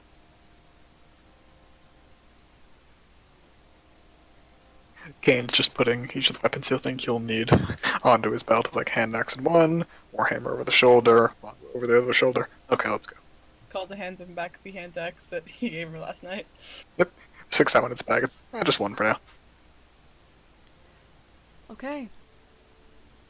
You head towards that green, and it is, again, a fresh, vibrant, almost spring green, which is unusual, even, especially in this area, because even though you're starting to get into an area that has more evergreen trees, pines, conifers of various sorts, those are a darker green. This is vibrant. And as you get closer, you realize that you've come upon this this depression almost in the ground and in the snow. There's still like ridges and hills where the drifts have grown or potentially covered actual shapes of the ground. But there's also, it's framed sort of by this this small drop, this miniaturized cliff, no more than 3 or 4 feet at its highest point, but still noticeable as a sharper cutoff rather than the gradual rise and fall of hills. And in the center of this area, not quite a clearing, it's pretty thick with various trees, you see a large stone. And in the center of this stone, Alsona kind of picks out the shape first. Calda right behind. Calda, you're familiar with this sort of thing anyway. There is, thrust into the rock, standing up from it, the shape of a sword. And that's the glint of Kane. metal.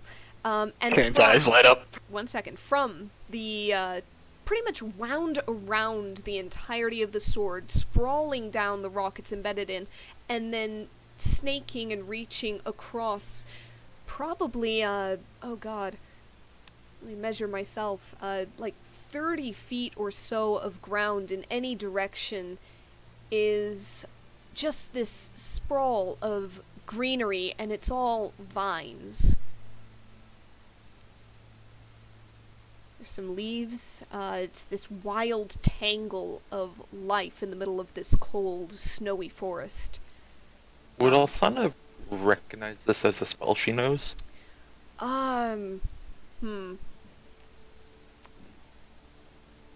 would say, what is your Arcana versus your Nature? As far as Arcana is 6, Nature is 6. Okay, so it doesn't really matter which you roll. Roll whichever you'd like. Guess what? Guidance. Okay, there you go. You remembered. Add your D4 afterwards. Oh, Remembering stuff. 9 plus Christ. 2. 11. So 11. You're pretty sure there's some sort of magic at work, but you don't know if it was cast by somebody. If so, then they're either still around or very close by, having just cast it, or it's a very long-lasting spell. You do not know. Or it's just some weird quirk of nature. You're not really recognizing what the vine is either, if it is anything in particular. So you're not quite sure if it's precisely a spell that you know or not. You can make your guesses. You can have your suspicions. But you don't have certainty. Can she tell the... Okay, that was Arcana. Can she at least go and see, like, what the vines are? In terms of, like, straight up, like, what genus of plant or what have you? Okay, I was kind of bundling them together, but if you want to go ahead Okay. and do a nature check just for type of vine, then I will allow it. Yeah, because I was asking specifically for before if that was a spell. Yeah, I will So- say that from the closest vine, you're probably at least like 30, 35 feet away still. You're not quite, you're not that close to it yet, even though you are approaching. So, yep, guidance. 20 plus your D4. 24. 24. Alright, even from this distance, you kind of are catching details as you're getting closer with your half-elf eyes, apparently. What do they see? Yep, you kind of catch So you're on half a full. See. how the vines tangle together, how they split apart, how the small scattered leaves on them are shaped, and as you're looking, you see the faint ridges across the vine, and you recognize it as razor vine. Huh. It is sharp. It sometimes grows in hedges, but this one actually seems to have spread out flat across the ground instead. And you know, it's pretty damn sharp. It can, if you handle it carelessly, you step into it or try to grab a hold of it or anything, it can pretty much, like, flay your skin and muscles straight open. Okay. People can outright, like, if it nicks the wrong place, they can outright die, commoners can, from an encounter with Razorvine. It's not a friendly plant. And she'll just yell out, "Okay, everyone, back the hell up." Yeah, Okay. it's not sentient. It doesn't move on its own, but Yep. yeah. No one is to touch that. But- I swear it's whoever No. made... If it's the sword that's causing it, it's a... I almost want to meet the person who enchanted it. It seems to be growing razor vine, which is exactly what it sounds like. So we Razor should, sharp vines. so we should remove the sword then, right? If you'd like to get there yourself by walking, then... Well, like, and just make sure you weren't using your legs. Well, like I said, because, the sword's causing the vines, or what's the purpose of the vines? We should probably get it out of here, right? I mean, you do have a method of flight, don't you, Alsana? She just kind of like looks like, I'm warning you three specifically. Okay. You do your thing with the sword. We'll stay here and watch in case anything goes awry. No, those vines are a little, Need an axe to chop through them? I'm not gonna try I think to- it might chop through your axe. Oh, I've... On that nature check, you do know that they are cuttable. Okay. Like, you're not going to get very far if you try to club them into submission. You're not going to be able to shoot your way through them, but you can cut through them. It's when you're careless about things. It's when you're clumsy. Okay, then Well, I in guess that to case, rephrase... pulls out the glaive, it's like, well, let's keep far away from it then. She didn't say that. That is what she knows. Yeah, to be fair, I was just clarifying for Devin, just in case, because he seemed to be assuming uncuttable. Well, not even uncuttable, just like a non-magical would be rough time, but she'll just... Well, in the same logic, I hope you're not using your fingers, because should a single little shred go by and you're careless, then I've seen it go down to bone. some of these could be. I could think of some interesting uses for this if we could grow it somehow, but fair enough. Warning's appreciated. Does she know if they seed at all? Or if it's like cuttings will grow or anything? Mm. Well, it clings to like buildings and structures and grows kind of like ivy does. Okay. So let's see. I'm gonna kind of base it on that.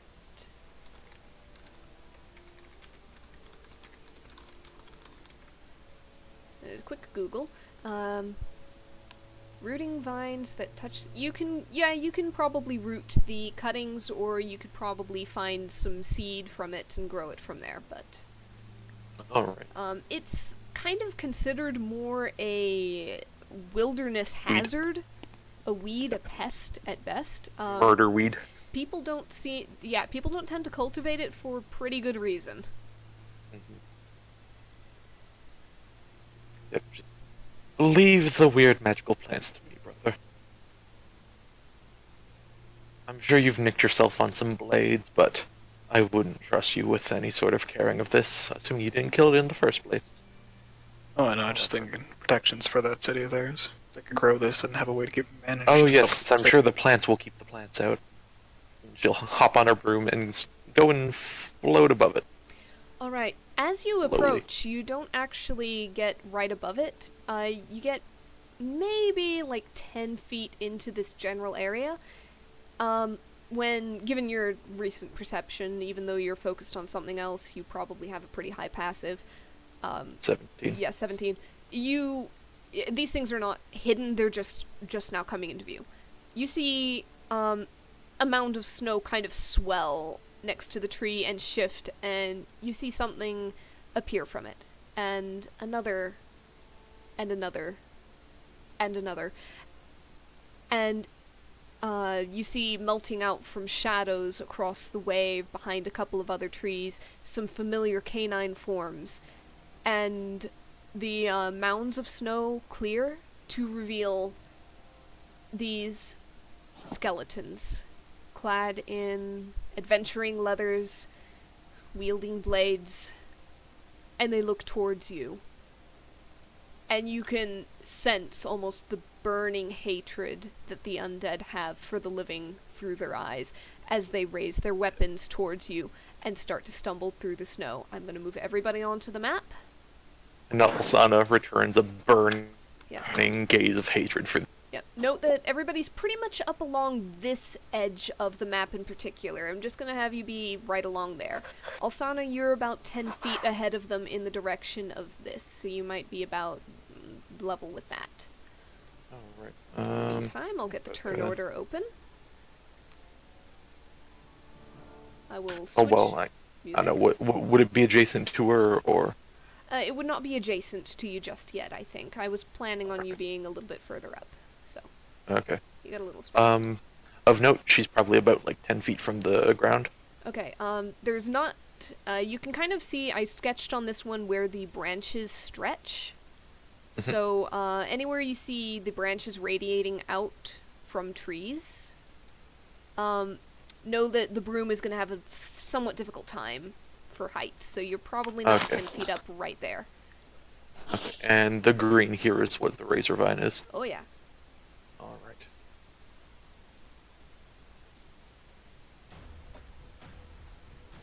Okay.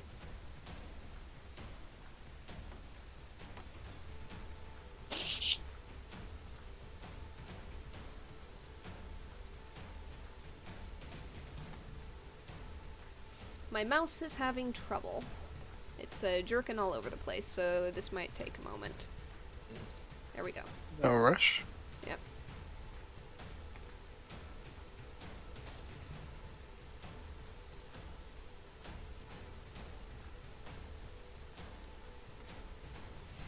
Oh, goodness. It's been a day for this. Alright, is everybody yeah. on the initiative? We have an Alaris. Where's Alaris? John? Right. Sorry. Yeah. Give me a sec. Kane, you are not that Oh, far fuck. forward. Scoot back a little. Oh, whoops. You're along the edge of the map. Along the edge of the map. Yep. You're pretty much aligned Yeah, where are we? with Calda and Kane. Okay. Yeah, sorry, just give me a sec. Okay. Drag my player piece onto the thing. And then also roll initiative. Yeah. So you're right about there. Alright, everybody 14. is on initiative. Let's make sure nobody's doubled. Okay, Doggy and Alsana. Yours... Okay, Dog does go before Alsana. So I'm just going to preemptively do this, because I'm probably going to do it anyways.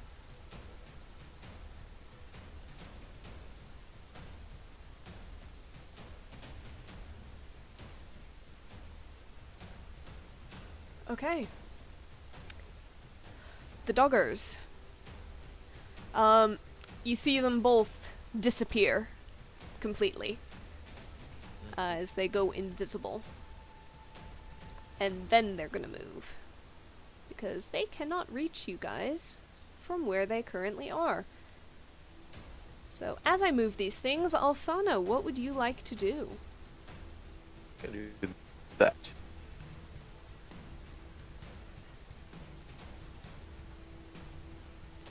Okay, you've got a moonbeam going. Mm-hmm.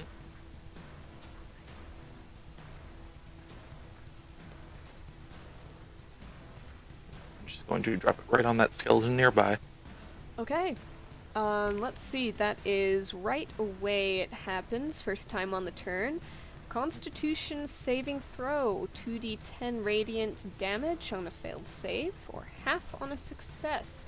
It is not a shape changer, of course.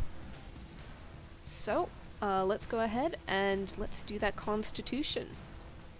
That's a 7. I'm pretty sure that fails. So it takes 16 radiant damage. These things are not very hardy. Yeah, that thing shatters and falls to pieces on the ground. Like music. Alright, that was your action. Um, It takes an action to move it, so it's stuck there for now.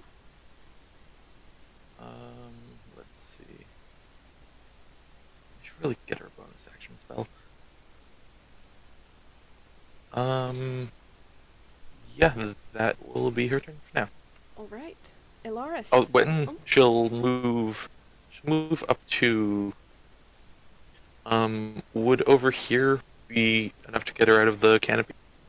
A little bit. At least You higher have- than the 10 feet? Yeah, you've got a little bit of Yeah, clear give me a sec. space right about there. Alright. I think John needed to run to do something. Yeah, sounds What like. about, sorry, what about here? No, that's still canopy type area. Yeah. Even in this little kind of like in between? I'd say probably not. It's just close enough that even if you went up, you'd probably be scratched by some branches at the very least. Actually, you know what? Could you go there? Yeah, she could go there. Alright. 10 feet up over to there. Okay. And she'll yell back, "The dogs are coming and they're probably not going over the vines." So you have two ways there, and you know they can only be coming from two ways. I can words good. You can words good.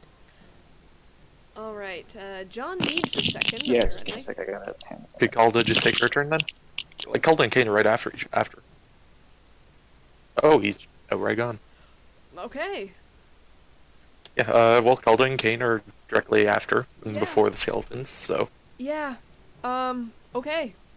Elaris does something. We're gonna hold his action, essentially, until you guys We go. could also take our 5-minute break that we never took. We 'Cause I could. really gotta run the bath. Okay, if anybody needs to go, do it now. Actually, yeah, you know what? I probably should as well. Yep. Might as well give him a chance to come back. Yes. Yep. Okay. Alright. 5 minutes. I'm gonna go get more crackers.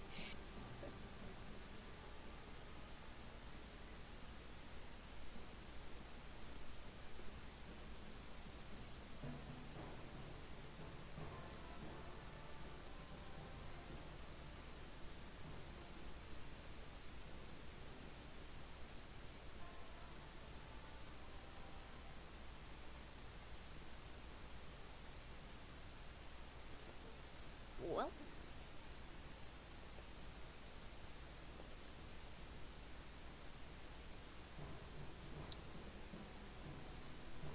gonna be fun. I have acquired more crackers to that. Oh no. That's good. I've got a cookie. Ooh. That's fancy. Yeah. Sure as fuck was something.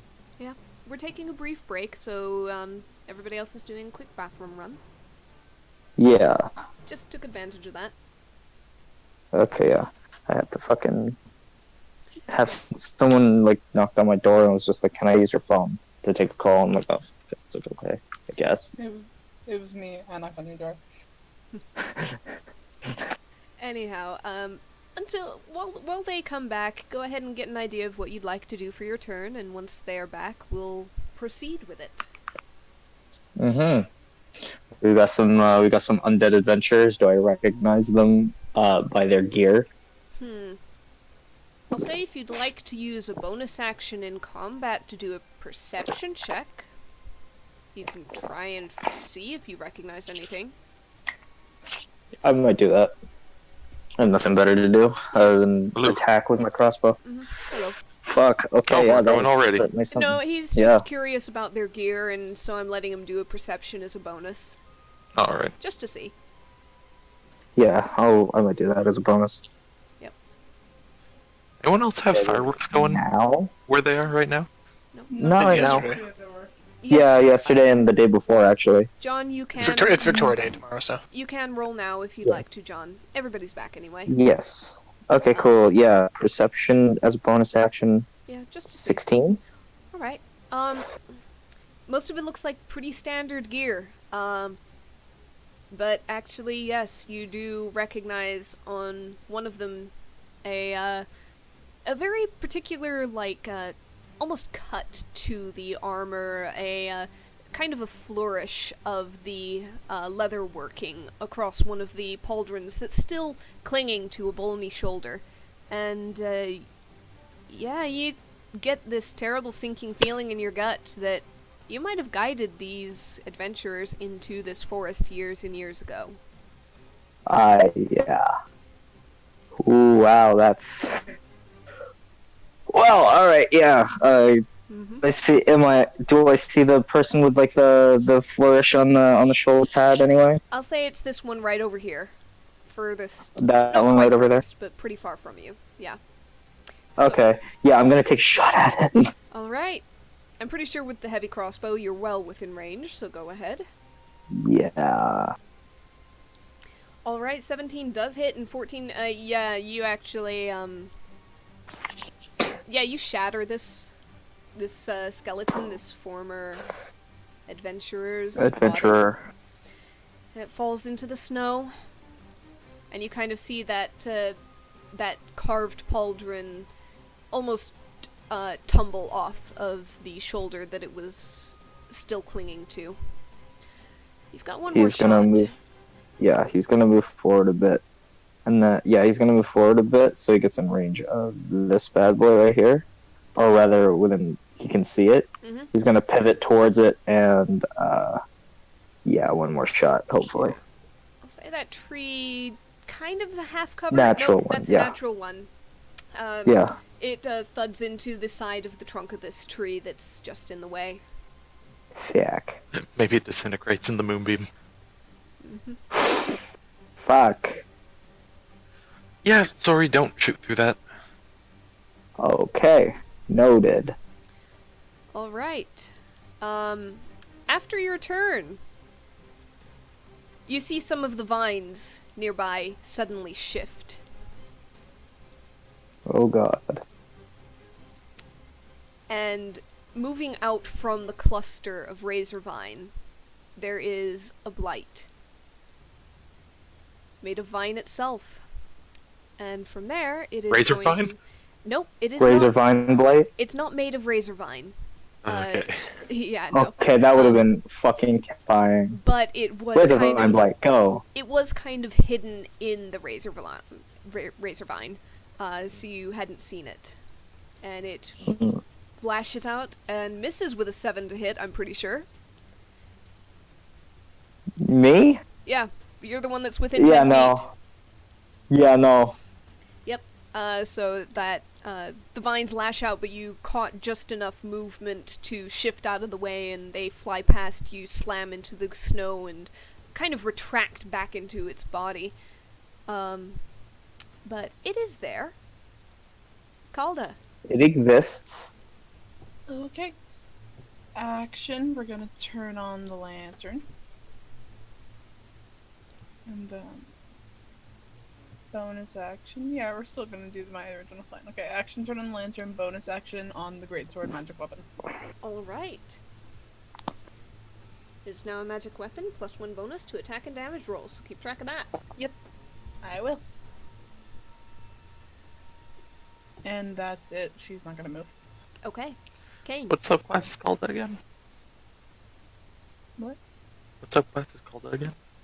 Protection paladin, if I'm remembering correctly. No, you took vengeance unless you went something else. I am a vengeance. Paladin, and I Yeah, there is Don't no remember. protection paladin, but yes. Okay. Protection? That might be something of a homebrewed variation thing. Maybe. So okay, I'm a vengeance paladin. That's the answer.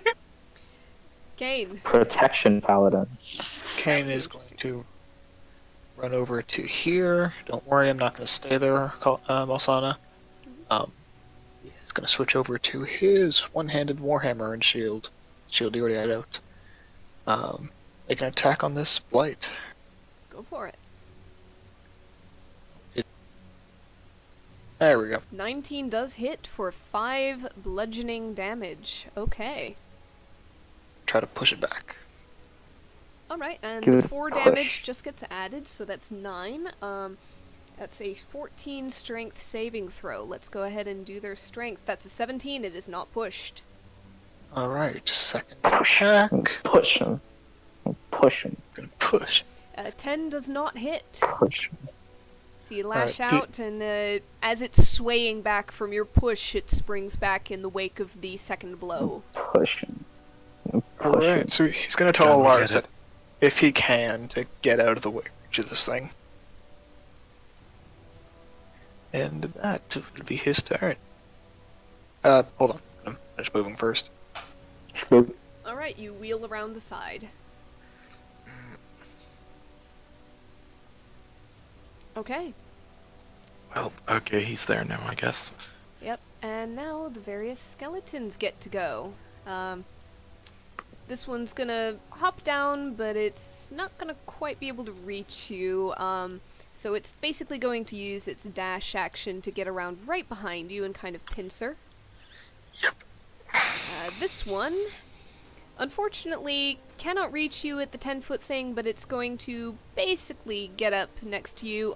It'll also use its dash action, probably to get up to Calda because she's the closest it can reach.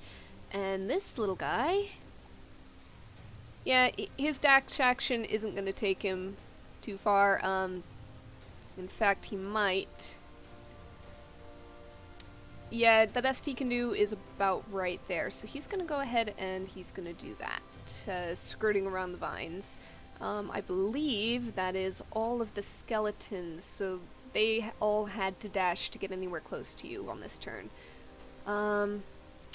Right after them. Let's see. Calda and Kane. Yep, Calda and Kane. You both feel... you kind of get the impression of speed movement, something coming straight at you, and you feel teeth. Calda, that's a 15 to hit. The lantern's on. Oh, yes, it is. So that one actually becomes visible, you're right. The first roll was still stands, so that's still a 15 to hit. How far away? And... yeah, the other one actually just becomes visible as it races into view and attacks, so it's not going to get advantage either. Thank you for that, good call. As it attacks Kane with an 8 to hit, that misses, pretty sure. Yeah. So they both missed, yes? Yep. Alright. They're both unable to disappear as they normally might with the lantern's light shining over them. They seem perhaps disconcerted, but hard to tell given these toothy canine faces. Alsana, you're 10 feet above. Skeleton just ran underneath you. A shadow mastiff just darted underneath you the same, going for Calda. Hmm. What would you like to do?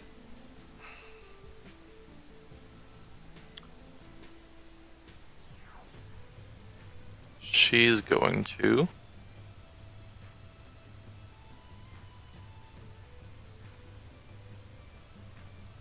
Mm.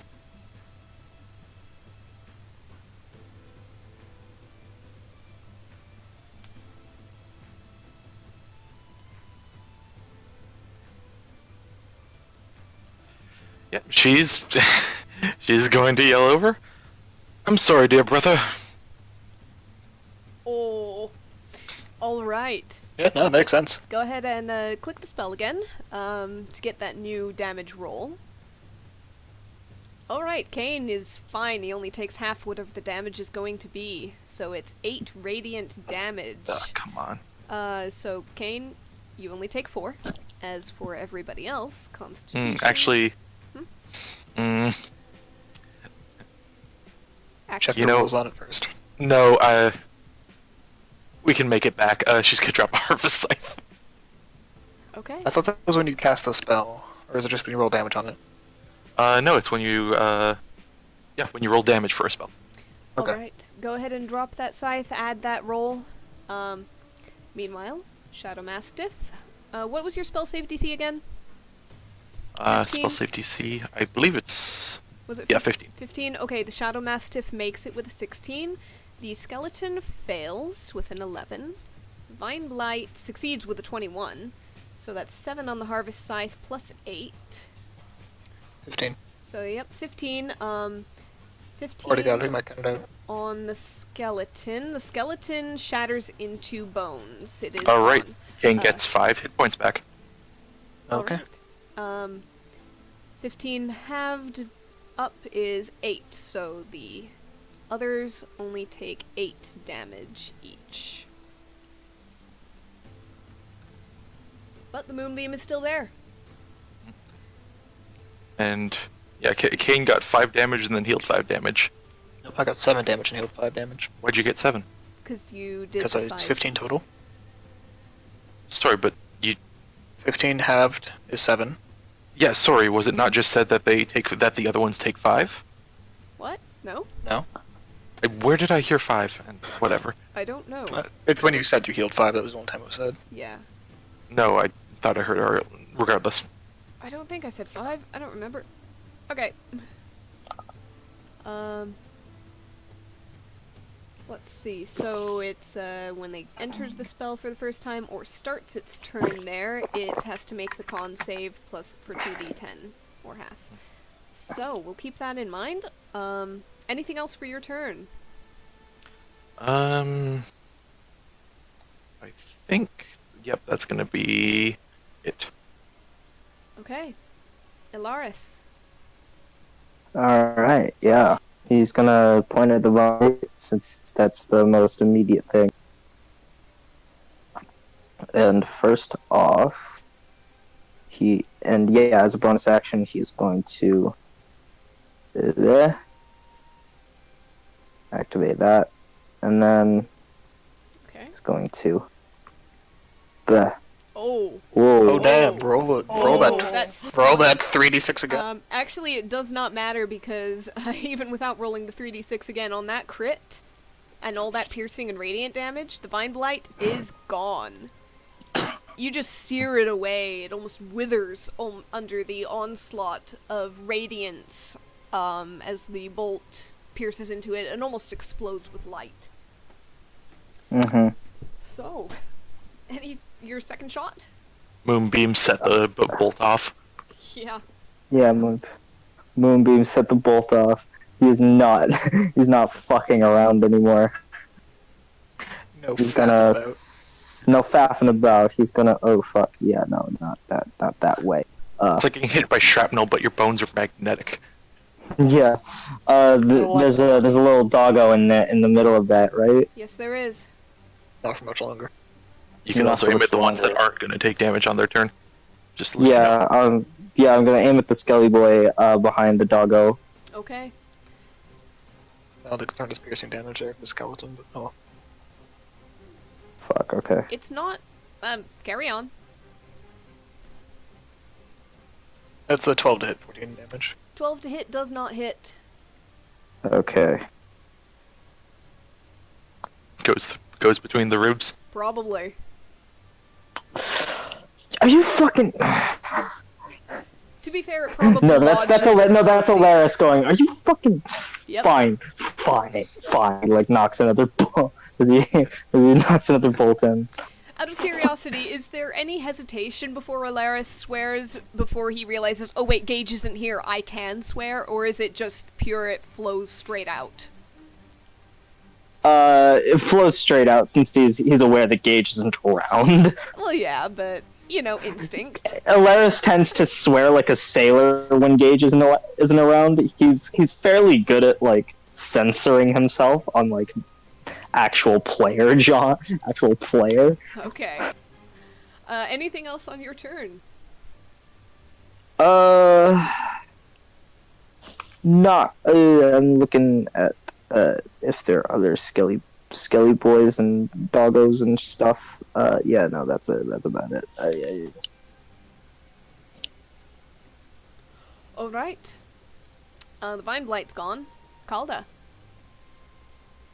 Alright,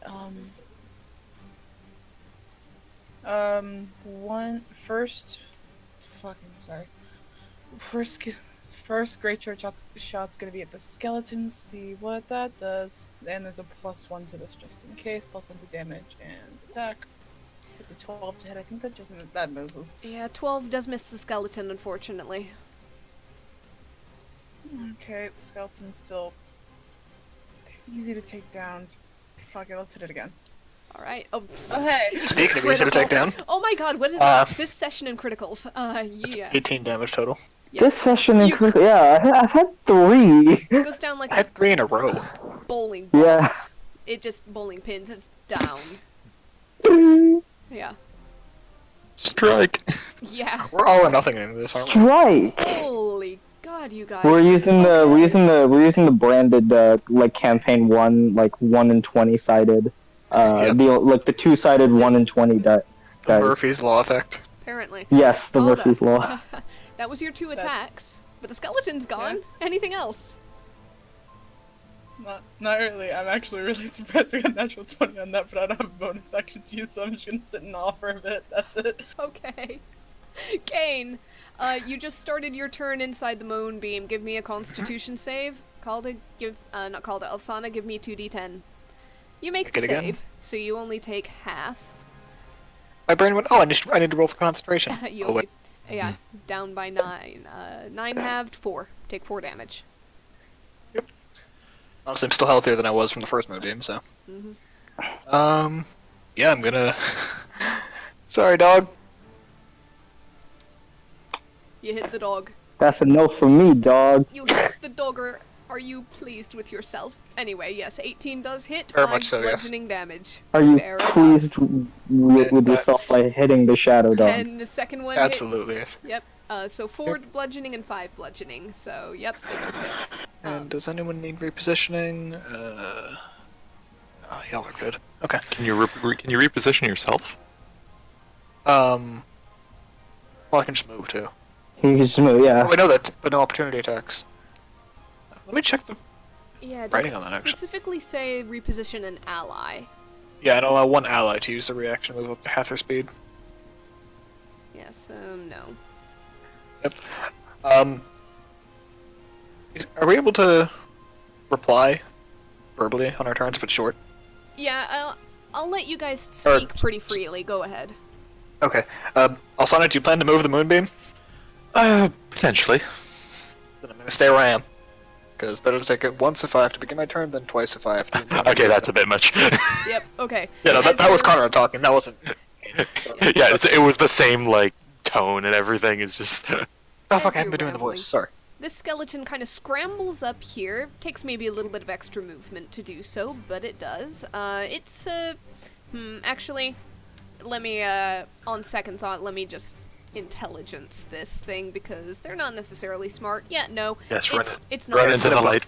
It's a bit of bonehead. It runs into the light. It's charging straight at Kane. It's going to do that Constitution save. That's an 18. It makes the save.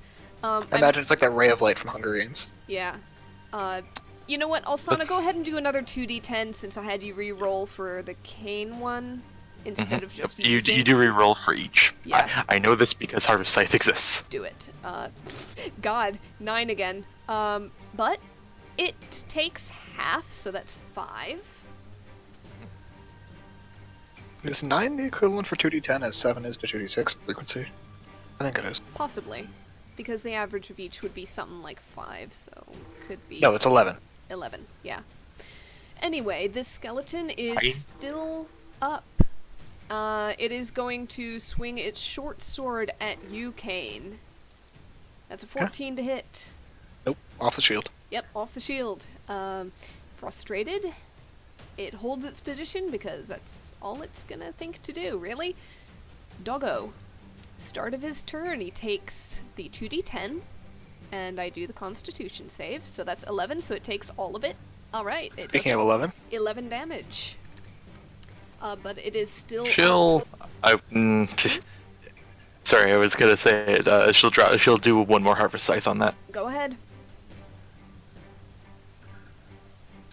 Add your scythe. 7. Alright, that is enough. Just enough. You throw the scythe into it just as the moonbeam bludgeons it with light, and it kind of embeds in the dog and falls to the ground. are they undead? No. Nope. So, They are monstrous, as described before. Okay, so 2 you health. get Oh. 2 health to somebody. Yeah, to Kane. Alright. Meanwhile, Kalda. Bite attack 8 does not hit. The other dog is thwarted. Alsana, it's your turn.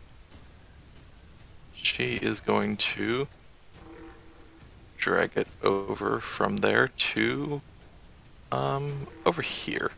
Alright. Give me that 2d10. I will do the con save for the shadow dog. That's a 12, so that fails. And 15 damage. Yeah. Okay. Yeah, you got to... Rather than shadows rising off the fur, there's smoke, really. Smoke. Given the burning light and radiance. But it did not drop. So. Yep. That was your action. I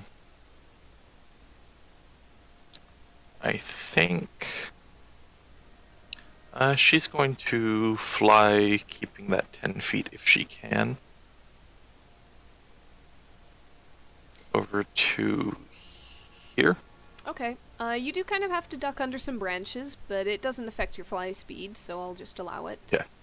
Yeah, basically if she can like go down and kind of like rise back up to that 10 feet Yep. over here. Yes, you can. It's fairly clear in this area, at least vertically speaking. Can she give a narrowing of her eyes to the rest of the vines, see if there's any other blights hiding? As a bonus. I'd say an in-depth search like that, because any vine blight is indistinguishable from vines. An in-depth search Right, they would have that take- thing. It would take an action perception check to distinguish whether it's razor vine or something else, I'd say. Alright. So casual Then in that, glance. can she check for any other piles of snow, just in case? Just like general perception. Yeah, just in the area, anything that catches her eye. You can do like a generalized perception check as a bonus action, but anything Yeah. in depth would require an action to do. Yeah, no, she's just simply glancing around the area for anything that they haven't quite seen yet. Yeah, throw me that perception, I suppose. 9. 9. Fuck off.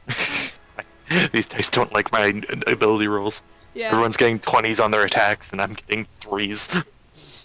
Hey, shush. Your moonbeam has done very well. Those are multiple dice. All is balanced as it should be.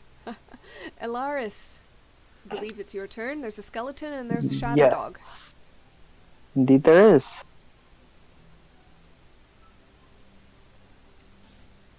Shadow Dog is a little bit behind a tree from your current perspective. Skeleton is a little bit behind Kane, but you could shoot either.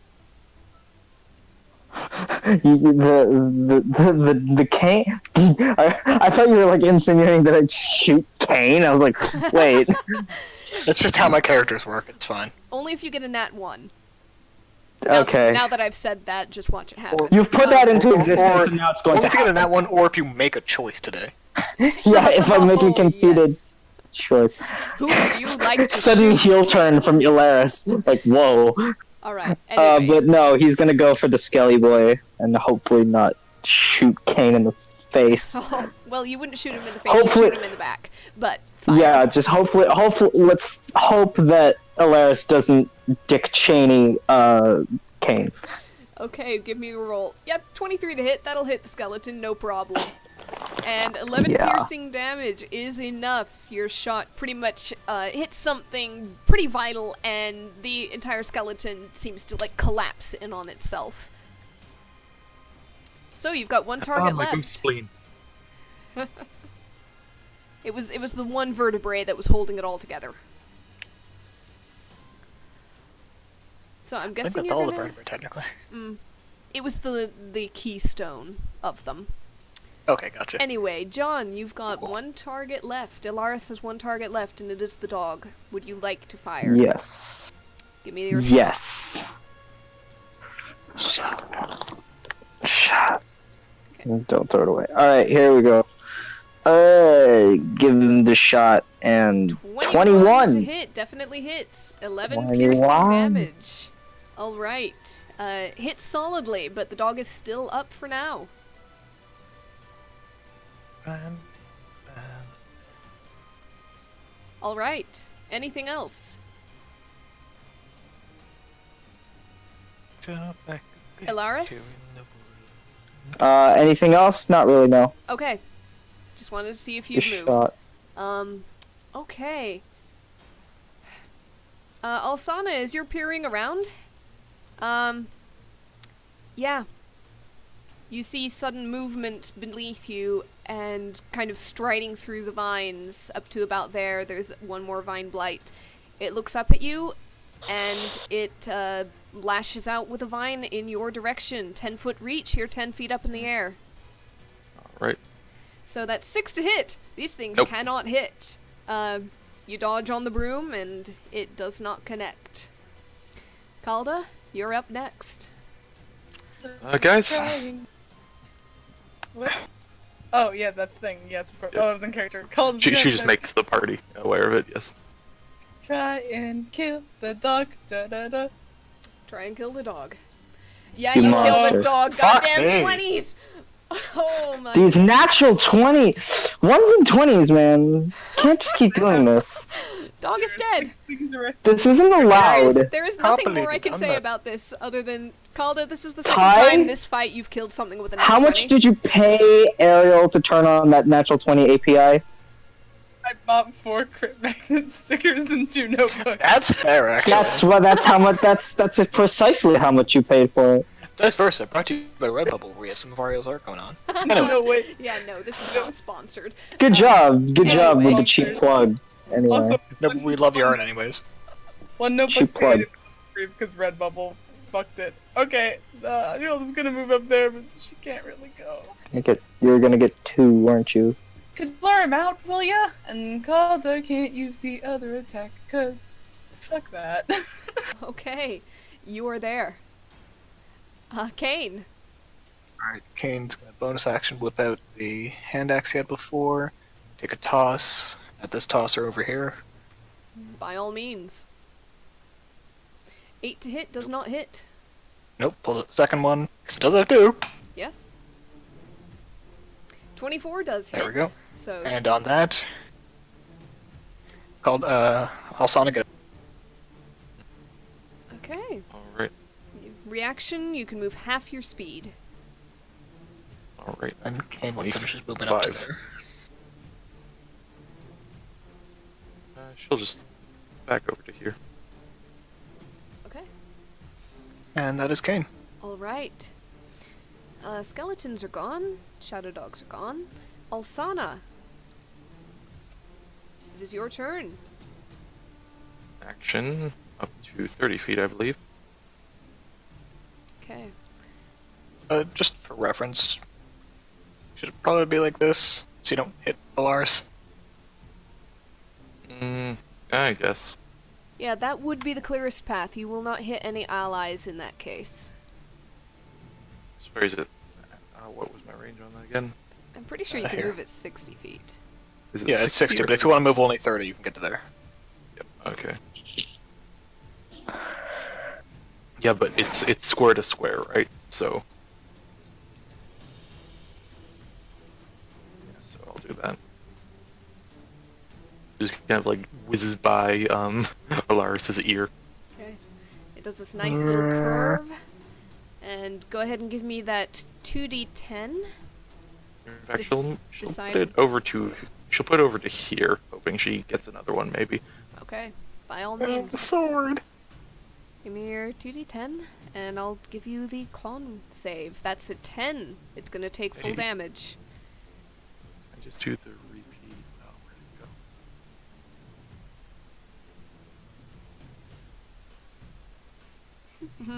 12 radiant damage. Okay.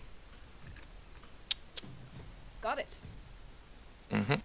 Alright. It burns into the blight, but the blight has not fallen yet. Anything else? That will be your turn. Okay. Ilaris, Maybe step back. What do we got? you've got a blight. That bitch. Got a blight? Yeah, it's lit up in the moonbeam. Put up in the moonbeam? Uh-huh. Alright, just to add insult to injury. And injury to injury. Add injury, yeah, injury to injury, basically. Whoa! This is a blight, right? Yes. It is a blight. Insult to injury, sure, why not? Okay. Fair enough. Okay. Wisdom saving throw. That's a 15. Meets it, beats it. It does not take the psychic damage. Okay. Okay. But I still say, Alaris still says some choice words to it. You say some very choice words You're to just it. a house plant. You're just a house plant, you son of a bitch. You underwatered wannabe rose vine? Yeah. All right. And is that all? Yeah, that'll be all. Okay. Blight does technically start its turn in the moonbeam. So before it can go anywhere, don't even bother rolling. It's dead. Dead. It's He's dead. Dead. Dead. Yep. Rip. With that, yeah.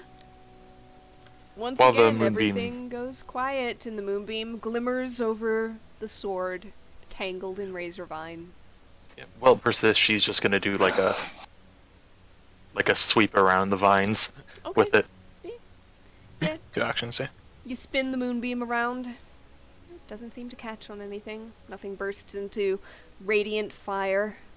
Does the radiance affect the vines? No, doesn't seem to.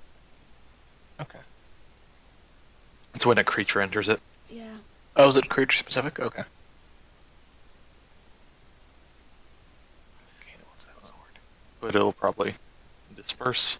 Yep. And she'll slowly float over Okay. to the sword. All right. Okay, I was looking at Alaris and going, these I skeletons, recognize these. I recognize them, yes. These are the That's what I same was people worried that. about. Yes. I'm gonna not pick these ones clean then. I'd prefer if you didn't. So I'll look back. It's like, well, they're not exactly using it, And neither will I for now. but you take the rested ones. Okay. And she'll just kind of slowly go down to the. Are the vines covering the sword as well? Yes. They are wound around it from the pommel down to where the blade disappears into the rock. All right. Does she know if burning razor vine is a recipe for shooting razor sharp pieces everywhere?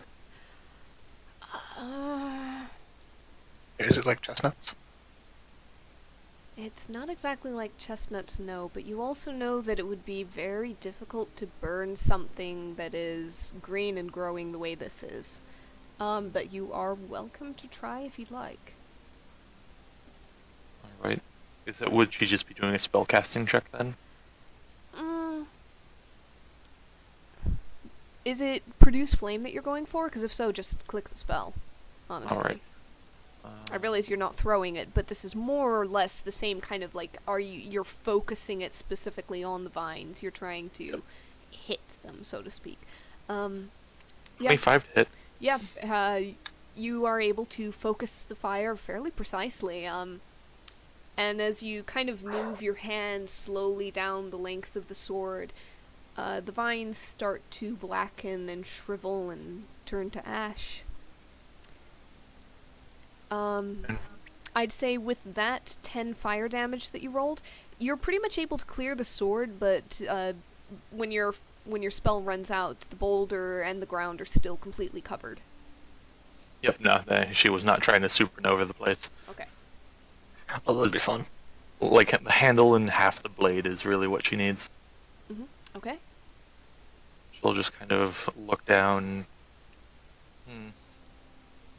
She'll put her hand on the... She'll, like, lightly tap the like, pommel first, see if there's any reaction. Okay. Yeah, you tap it with your finger. Your fingernail kind of ting on the metal. Just, it's not even really a ting like a bell, it's more a little clink. But no actual reaction seems to go off. Nothing seems to happen. Alright. Then she'll just kind of give herself guidance for anything. Okay. She'll just kind of put a hand on it and kind of go to pull. Alright, you are currently seated on a broom floating in the air. You don't have much in the way of leverage. I'd say this is a strength check at disadvantage. Alright. She is not good with those. Strength, would it be athletics? Do you have proficiency in athletics? No, but basically, Then is it an ability check that helps? Strength check's still an ability check. Yeah, strength check is still ability check. Just roll strength, disadvantage, but you can add your guidance. Alright. Not bad, actually. Yeah, not bad. 17. Alright. You feel the broom kind of dip beneath you, and you kind of have to split your focus a little bit to keeping it steady at the same point in the air while you're trying to strain with the one hand that you're able to take off the haft of the broom. And for an instant you think you feel something give, but it's stuck fast. And she'll give a sigh.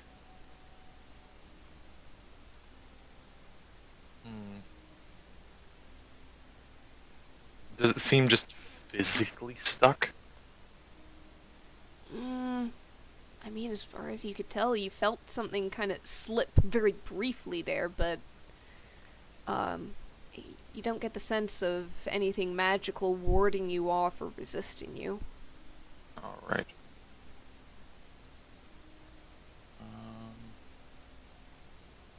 Sorry, let me just read something real quick. Alright. In the meantime, Kane's just seeing how his glaive functions against the edge of the vines, seeing if it dulls it at all.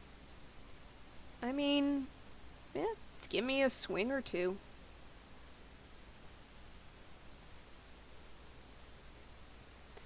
Yeah, okay, 9 to hit, natural 20 to hit. Your first swing, you kind These of just... fucking natural 20s. I swear. The first swing, you That's just number kind 6 of... for Kane today. You skim across the top of the vines. Christ. It doesn't actually seem to cut anything. You were maybe a little bit over-hesitant, but the second one, you dig right in, and you slash through a good section.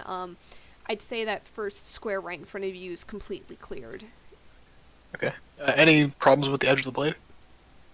You pull the blade back, you look at it, it doesn't seem to have dulled anything. There might be a little bit of a scratch along the metal, but it's not bad. It's cosmetic Still at doesn't- best. Still doesn't like it. It goes, hey, Calder. Yeah. I don't want you getting too close to this. You got a glaive too, right? Yeah, should we just start cutting? Might as well. It's no good leaving stuff around for someone to accidentally walk into. Alright, let's do some landscaping. I'll Happy just to. take out her. All right. I'm just gonna send you a message real quick, Ariel. Sure. In the It's meantime. not, yeah, it's not super secretive, but just. Sure. Kane and Calda, in the meantime, you start basically not quite scything your way through. If you had scythes, it would probably be just that much easier. But you're glaive cutting your way through this tangle of growth. Chop as far as we can reach, get the blade under it, flip it out of the way. Chop as far as we can reach, get the blade under it, flip it out of the way, stuff like that. You're able to, in fairly short order, cut, I'm just going to say on average, you're able to cut paths straight to this center, maybe cut some things off the rock, though that might be a little bit trickier because, especially if you're trying to avoid, like, chipping or dulling your blade on the rock itself. Yeah, he'll leave the rock alone. Okay. As a note, though, you are kind of just piling the cut vines to the side. So if you're planning on doing anything specific with them... Not at the moment. He's more concerned with the sword.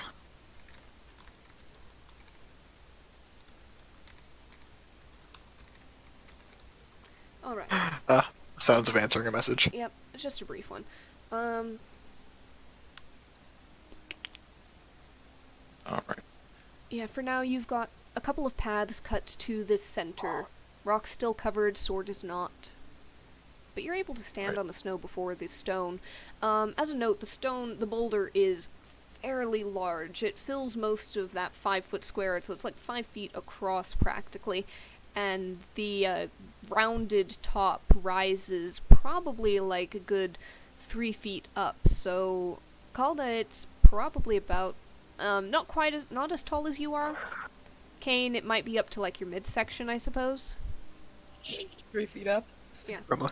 Alsana will Call- lower it's down. Calda. Alsana will lower down and. Calda, would you like to hop on for a second? Yes, please. I'm. This June 9. Fucking God. Yeah. Yeah, she's gonna hop up. Yeah, the sword itself the pommel is probably another like 2 feet above the surface of the rock, so it's like 5 feet or so off the ground. Leverage might be a little difficult. She kind of like taps her on the shoulder and just goes, Alsana, yeah, Alsana Lion King's, does Alsana like Lion King fucking, No, she gets down and lets her hop on. Yeah. It's on the broom. Yep. And Is just the rock. Is the rock also covered in the vines? The rock is. Okay, So if you stay on the broom, you'll have disadvantage on the check, but you have been given guidance. I was gonna say, could Alsana Mhm. basically make an effort to keep the broom steady? You can, but the fact remains it's not the most solid thing. Calda's not going to be able to, like, lift with her legs, per se, because her feet Alright. aren't braced on anything. Calda's gonna try and glaive off the vines on the rock. Real quick, Kane will try something. He'll set his glaive blade like against the rock so that Calda has like something to put her feet against, and Kane's just bracing it. Alsana will just burn the vines nearby again. Okay.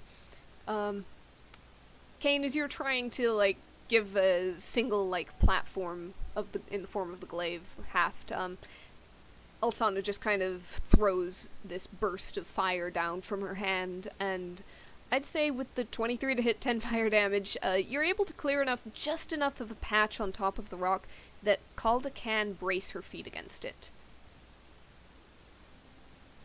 Alright, so, Calda. Yeah. Still have guidance. Yep, you Yep, still have so guidance. Strength check with a d4. Just Okay. roll it straight. Alright, 21 plus 1, 22. You wrap your hands around the hilt, and it seems to be a longsword specifically made to, like, a medium creature's size specifications. But you get your hands around the hilt, and you start pulling upwards, and you feel something give, and then give again, and then with a sudden scrape, it pulls out of the rock. Alsana floats over behind Calda to make sure he doesn't fall backwards at all. Alright, you're able to keep the broom pretty steady with her. And the sword is now free. And what you were holding is, the hilt is wrapped in green, the blade is long, it gleams silver despite being out here in the elements for who knows how long. And it's kind of got this, notched almost shape to the blade. The flow of the edge has almost a curved hook like a horn near the base. But you have it out.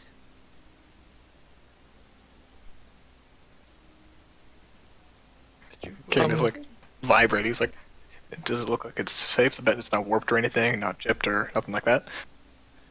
She looks over and just, can you just hand that over real quick? Yeah, Caldo will just hand it over to Osana. It's like, oh, I think I'll keep it. And just looks over to Kane. I mean, do you know how to use a sword? About. Oh, don't get your hand chopped off, I suppose.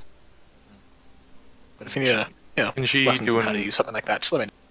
Yep. Can she guidance herself? Can she do an Arcana check on it to basically check for any inscriptions or runes or anything that'll kind of indicate it's enchanted? I'll go ahead and let you... Yeah, go ahead and do an Arcana check. Right. That's an 8, but go ahead and add your d4. 3, so 11. Like, I'm just Well- rolling 2s or 3s if I'm not rolling 18s. This is... This is how the dice go. You're not able to get, like, you look it over, there aren't any actual runes or inscriptions on it at any point, but just the fact that it was It's sitting... been clean this long. Yeah, it's clean, it is actually just pristine, the edge is still sharp. It hasn't degraded at all, it's been stuck in a rock covered in vines, growing green vines in the middle of a snowy winter forest. You get the feeling there's definitely magic involved somehow, but you would not be able to tell if the magic came from the sword, or it surrounded the sword, or protected the sword, or what, or anything else, unless you actually, like, sat down with it for a while, or used a spell to figure it out. Alright. Osana, dear, maybe either Kane or Lars may be a little bit more fitted for either dexterity or strength with that sword. Yeah, as a note, I'm not sure it'll... it is a long sword, so Just Strength only. it is not a finesse weapon. I won't really have much use for it. A little bit of beefy arms to be able to hold it a little bit. I'm not And sure it'll would get the be- best of a weapon's use. What are you implying here? That I'm But not... you're much more magical than you are muscle. Sorry, dear.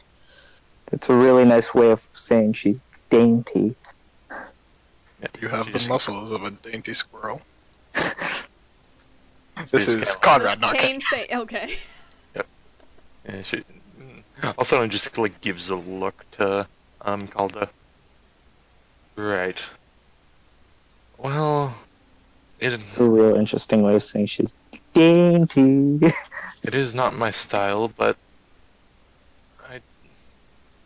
we found it as a group, we can use it as a group. If there's some sort of magic to it that I can... It causes plants to grow, from what I can tell, or at least it's influenced by something that causes plants to grow. It's probably magical, I'd say. Maybe. Likely Probably. To it. If it's not magical, if there was something keeping it magic-y, well, it was here, but... Has some Has magical balanced. hoo-ah. Comfortable grip. She just kind of looks over. Are Kane is perhaps- like an excited dog looking at this thing.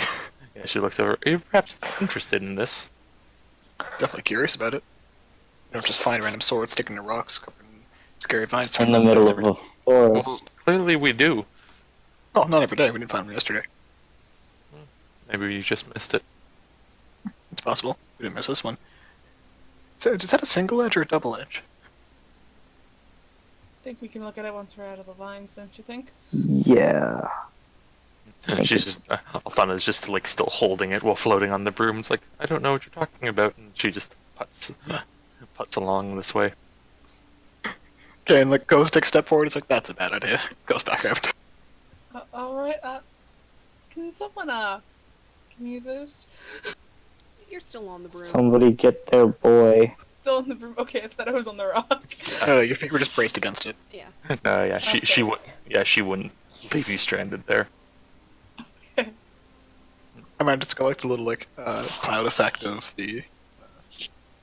Oh God, what's? Give me a second. I remember the show. Flying cars in the future. Orange hair. Husband, wife, robot, butler. Kids cartoon. Jetsons? Fuck. Jetson. Thank you. It's got like the Jetson thing where it's got the little like clouds coming at the back. Pop, pop, pop, pop, pop. No, it's got wings. I thought you were talking about The Futurama. little but bat okay. wings at the base of the broom, just flap, flap, flap, flap, flap, flap, flap. All right. But she'll land and she'll kind of turn in her hand and tentatively like stick the blade in the ground, like over here, Okay. just like a few inches. You stick the blade in, you're probably still holding on to the hilt. If you let go, it just starts to tip in the snow. It's not thick. No, or she'll anything. keep. Yeah. Yeah, she'll keep held on. Alright.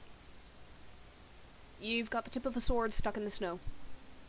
She's gonna try to just see if she can't cast Druidcraft through it at all. You focus the Druidcraft kind of on the sword, through the sword, but it doesn't seem to go anywhere or do anything. Oh well. And she just kind of turns it over and holds it out in Kane's direction. Point first or handle first? Point first. Okay, he kind of looks at it and says, "You want to spar?" No, I really want to set the blade. If you want to spar, I'm happy to try it. you can spar with the ones wearing armor. Suit yourself, and he'll Armor. gladly take the weapon out of her hand. Okay. If you find anything interesting about it to do with nature or the such, you tell me. Yeah, if it's magical, I'll make sure I get the details towards you. Don't worry, it's not my expertise. I know that.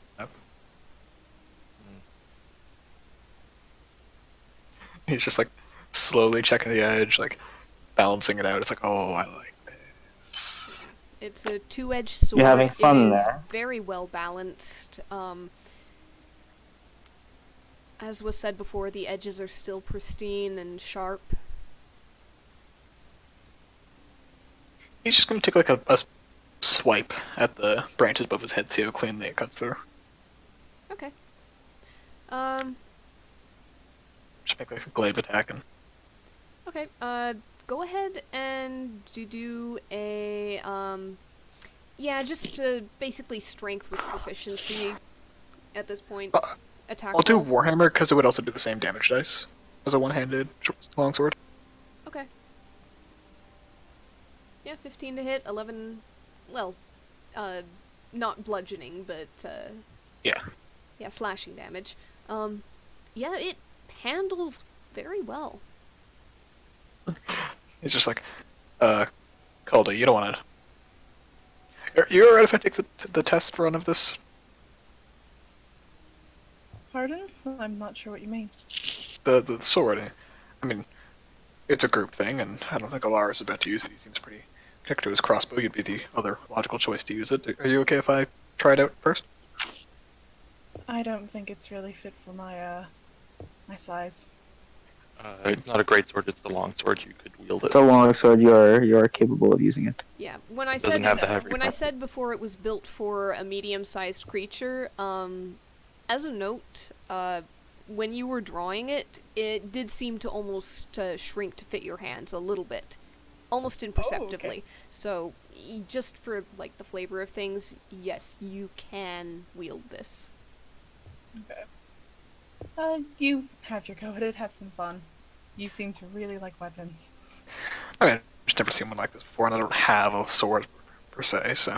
As well, from what I can tell, she can make her blades magical while Kane's lacks that trait. So, It's good to have some magic on all of us. But what's the hilt made out of? Did Felden Yes. notice what what was wrapping around the hilt?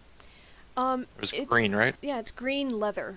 Yeah, and the entire length of the blade has, like, almost these jagged shapes, protrusions. The hilt, the crossguard itself is this curved piece that has jagged swoops and points along it, like thorns themselves.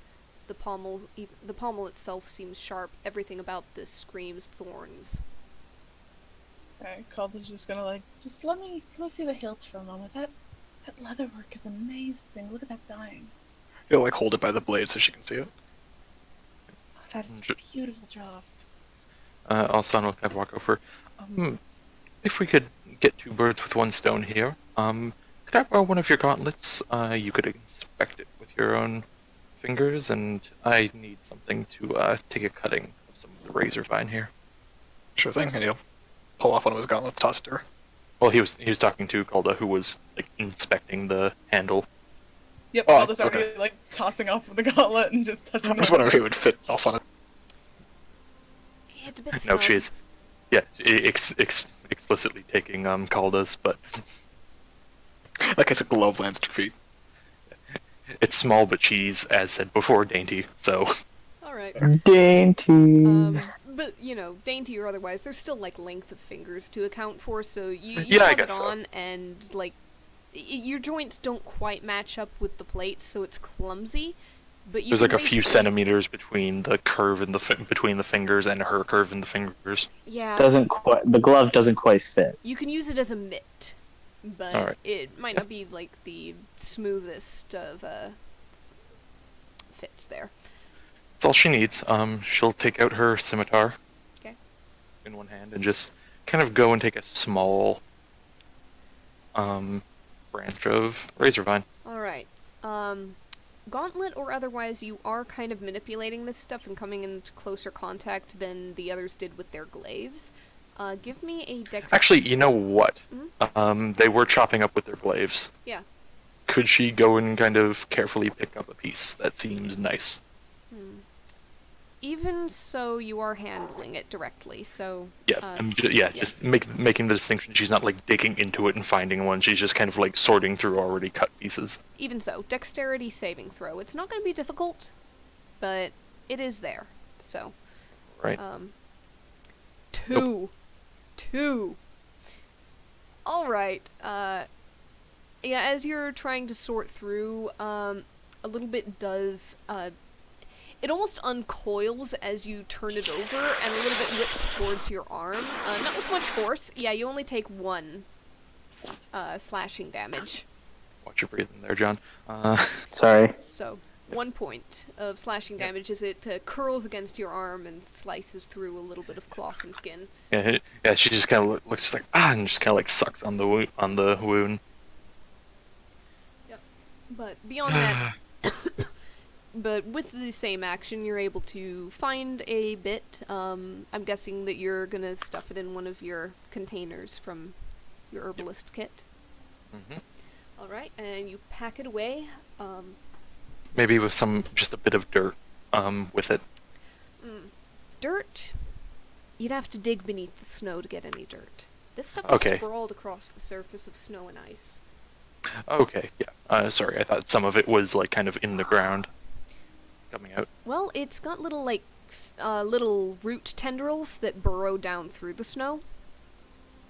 But you still got some, thick snow going on here. Right. Could she head over then to that kind of like few feet drop off, like over here? Sure. Sure you can. Yep. And just if there is less of a layer of snow. Okay, okay. It's much harder there. It's, very packed and, almost stony, but if you want, you can probably chisel out of the ice and so on a little bit of earth. Produce I just- flame at critical, of course. Yeah, Okay. you defrost a little patch and, it's still rough and hard, but you're able to chisel some out into the same jar. She kind of like turns over. It's like, well, it's got some hydration to go with it then. And yep, just sticks it in, screws the cap on, sticks it in a bag. Okay. So just one razor vine cutting. Yep. Mark it off. Can Kane make any sort of check to Get a feel know for how the deep thing. they are? Well, just know how Sure. deep they are into the forest. That would just be like a survival check, I believe. Yeah. One thing I'm thinking is, like, we don't have stars, but just any kind of trigonometry you can do with the sun at this distance. There's cloud cover. Sure. You know the direction you've been going, but Also, real Okay, quick, so- are we going for much longer? not too much longer. I'm just gonna run 5 seconds then. Okay. I just want to make sure we weren't like ending right here. Yeah, no. Alright, so just survival? Yeah, give me a survival check just to see if you look around. 11. You're not really sure. You know about what direction you want to head, and that's probably further south and actually east. I think I might have said west before, but it's east. It's west. It's west. West? You- West? You've got a general idea which way you want to go, and you've got your compass still. Yep, so he kind of, once everyone's settled and ready, he might go to sheath the sword and realize he doesn't have a sheath and just leave it in his hand and sheath everything else. Okay. Sure. Yeah, you ask Calda. Calda, you're buying the leathering. Do you know how to leather work at all? Hello? You're back. Hello? I don't really know myself. My husband loves leatherworking, and I found myself a bit of a fan after we got together. Is this out loud? Yeah. Yeah. Your husband works leather. Hold on, Yeah, my, that's- my question first, Alsana. And she just looks over and just, Goes, just, if you have any kind of spare time or spare leather I can lend you, just, a sheath would be nice for this thing. Don't wanna risk poking it in my bag. I'm not sure if I can make anything, but even after this, I'll refer you to a shop. We'll definitely give you, honestly, something for free at this point if he knows that that we're doing this. Works for me. Alsana, go ahead and pry now. yes, while they were talking though, I was just gonna, real quick, can also just like check the skeletons? Okay. Anything in particular you're checking for? How are the weapons on them looking? Not great. Still in that rusted, dilapidated state? Yeah, Or- yeah. They've been out in the elements for some time, and they show it. They are Number of not- seasons? Yeah, they are not. They are not beautiful, pristine the way this sword you pulled from the rock is. Yeah, just within that, like, from the scale of regular sword to absolutely unrecoverable, rusted things from those guys before.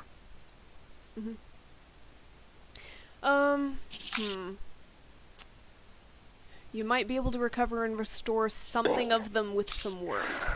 Okay. She'll just yell over, it's like, you know, brother, these blades would be much better suited to whatever harebrained scheme you have for arming the village. I'll leave that up to Alaris. I'm not doing it without his permission. Just kind of looks over and it's like, well, I don't see them protesting much about it. That's fine, I'm not asking them. Oh, is he their next of kin then? No, but he's the closest thing to a consensus of anyone who might have known them. So, He's also not speaking up very much. if you just had to stab the remains of your old friends, I imagine you wouldn't be either. No, if they're dead, then they're dead. Right. Morals. You're missing a couple of those. Right, you're a sociopath. Alaris, Sentimentality. I thought you lost that a while ago. you'd be surprised. Alaris, Oh, wow. would you mind if I took the weapons from them? I'll leave the armor and the body. Sure, you can take the weapons. I guess I just kind of have to. Yeah. Well, Take your time if you wanna no pray over problem. them or If you whatever you. Yeah. if you want to take a walk and not look at it, fine. But as for here and now,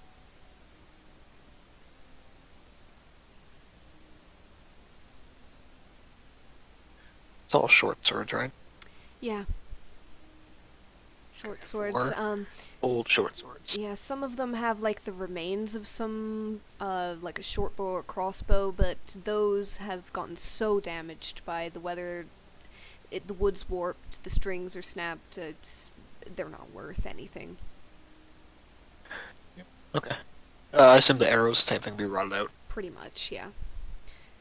Low on arrows. Okay. Yeah, most of their leather scraps are kind of in the same boat. Rotting, torn, tattered, not worth saving. The short swords are salvageable, perhaps, but Oh, I got blacksmithing tools for a reason. yeah, We'll see. yeah, most of them look like they belong on a scrap heap at best. But you might be able to get something from them. Asana's gonna walk over to the middle again, or I guess float over. Okay.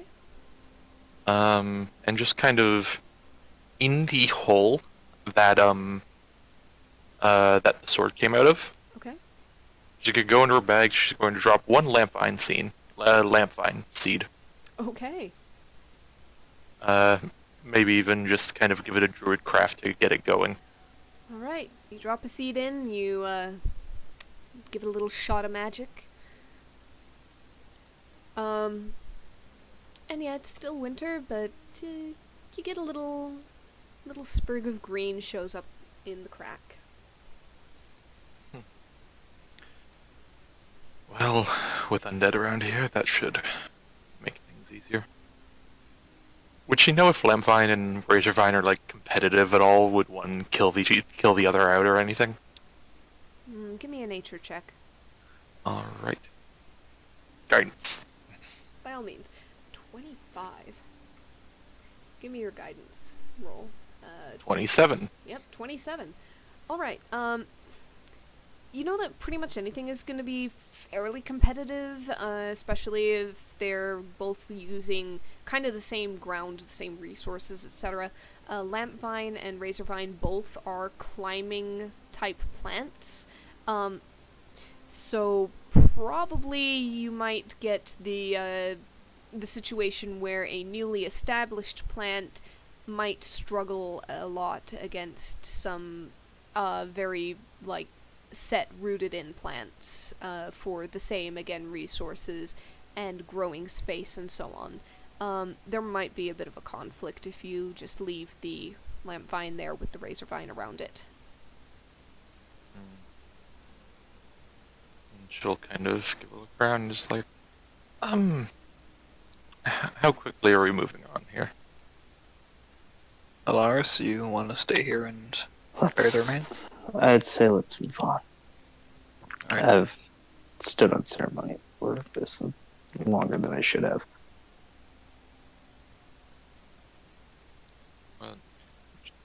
Well, just a quick minute breath then. I can catch up.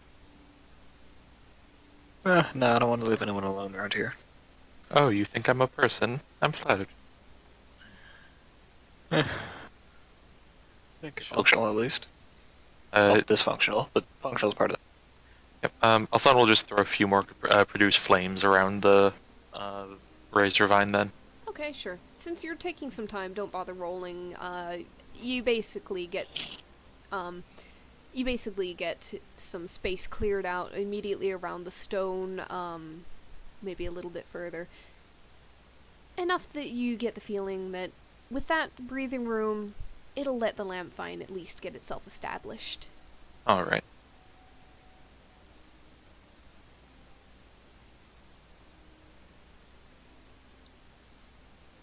Yep, then... Just making sure she doesn't have anything else.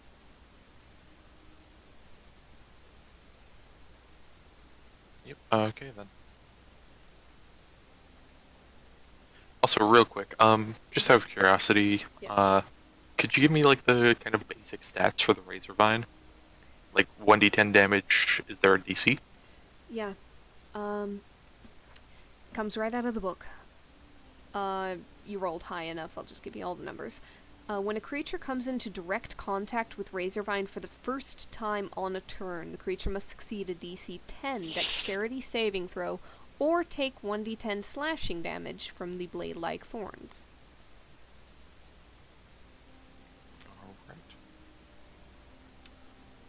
There Contact are first time, DC 10, 1d10.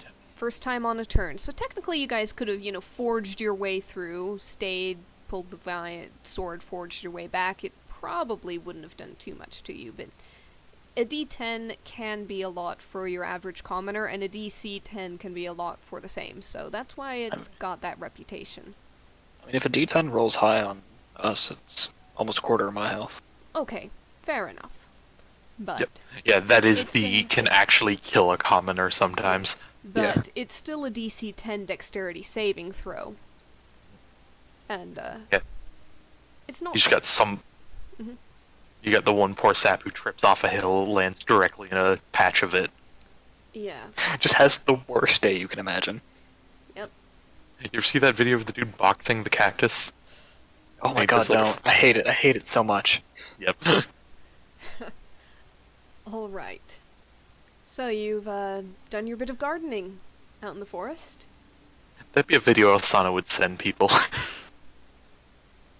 You're not wrong. Right. It's still morning. Can Asana give one final look for that owl? Or a owl? Give me a Any give me a perception. guidance on my life? Yep. And of course you roll high now. Okay, yeah. Give me that D4. So 25. 25. As you gather up and prepare to head out of the clearing, Kane's still kind of admiring his new sword. Or the group's new sword, perhaps. Alsana, you look up, and you see in one of the trees, kind of down here, on that ridge, looking down at you, with little tufty feathers at the side of its head, an owl, with wide golden eyes, just staring, blinks one eye, blinks the other, blinks both, hoots, and turns and flutters further into the woods. And let's go ahead and end it there. I'll be Alright. darned. Yeah. Alright. Now, you guys did not do any kind of identify spell or short rest for it, but I had to open my sword document in order to double check some notes on it during the session, and because I'm recording, it was visible. So I'm just going to show it to players Asana will get the Arcana roll high enough eventually. eventually. Oh, we'll just take a short rest. Yeah, sometime within, like, the following day or so. Yep. I'm just going to show to players. You guys can see what is going on. Oh, yes, yes, yes. You So- draw that? Yep, that's me. I did the art. Nice. So yeah, you can see everything it does now. Oh, I have spells now. Yeah, potentially. They are tied specifically to this weapon and to its attunement. Oh, 1d6 backlash, okay. Yeah, that is a kind of a drawback to it, but maybe it's worth it. Especially with the Wall of Thorns. Yep, note that that 1d6 necrotic damage can't be reduced or avoided, and it can only be healed by short or long rest, so you'd have to keep track of all that damage separately, Okay, so it's subtracted from hit point maximum then. more or less. Okay. Yeah. When does the charges reset? Did I not write? Nope, it just says it has 5 charges. Well, blast. Alright, I'm gonna say that the recharges reset on that long rest. Okay. Okay. Ooh. It's gonna be one of the things where it's like, yeah, it's gonna be great, and absolutely you can use it, but if we ever, at the end of the campaign, Alsana's gonna be like, can I have that and just stick it in my garden? And Candace could be like, but I want it. You'll have a +3 by then, my dude. But he wants it. So does she. Oh no! Oh no, sibling rivalry, it already begins. Yep. Alright, I have an incorrect vote perfectly for this. go for it. It's a sword, it suits me. It does vines, it suits me. Oh, the battle begins. It quotes vines, it suits Ty. You're right. Okay. Yeah. We're gonna go ahead and end the recording, and then I'll give you guys your experience points for the day. So, By the way, Wall of Thorns. Alsonic gets Wall of Thorns eventually too. We could double up on that. Mm-hmm. yeah, That's part of what I'm thinking there. have fun with that. Do keep in mind that for the sword, it does expend all 5 charges. So Todd, I've used that quote. you can only You do really? that. If you want to do that, you can only do that during the day. You're not going to be able to use the ensnaring strike at all. So, Huh. And it's full And, recharge in long rest, right? yeah. And I should clarify, I wrote every time you expend a charge for an effect, that is per charge. So if you expend all 5 charges, I should rewrite that just to make that clear. I just now realize that that seems misleading. I should rewrite it, rephrase it Alright, for gotta every rethink charge. that strategy. I was just thinking of. Yeah, it would be 5d6 in one go. Alright. Unless I might rethink that just because of the numbers. On the other hand, you guys are leveling up quick. Maybe I'll leave it. Speaking of, XP. Yep, we'll go ahead and stop recording, and we'll return to this in a couple of days, actually. So, Mhm. yay. Yeah. Yeah. Hopefully with me recording. Yep, we'll see. If we need to keep the DM screen, I have it now. What? Alright. So, okay.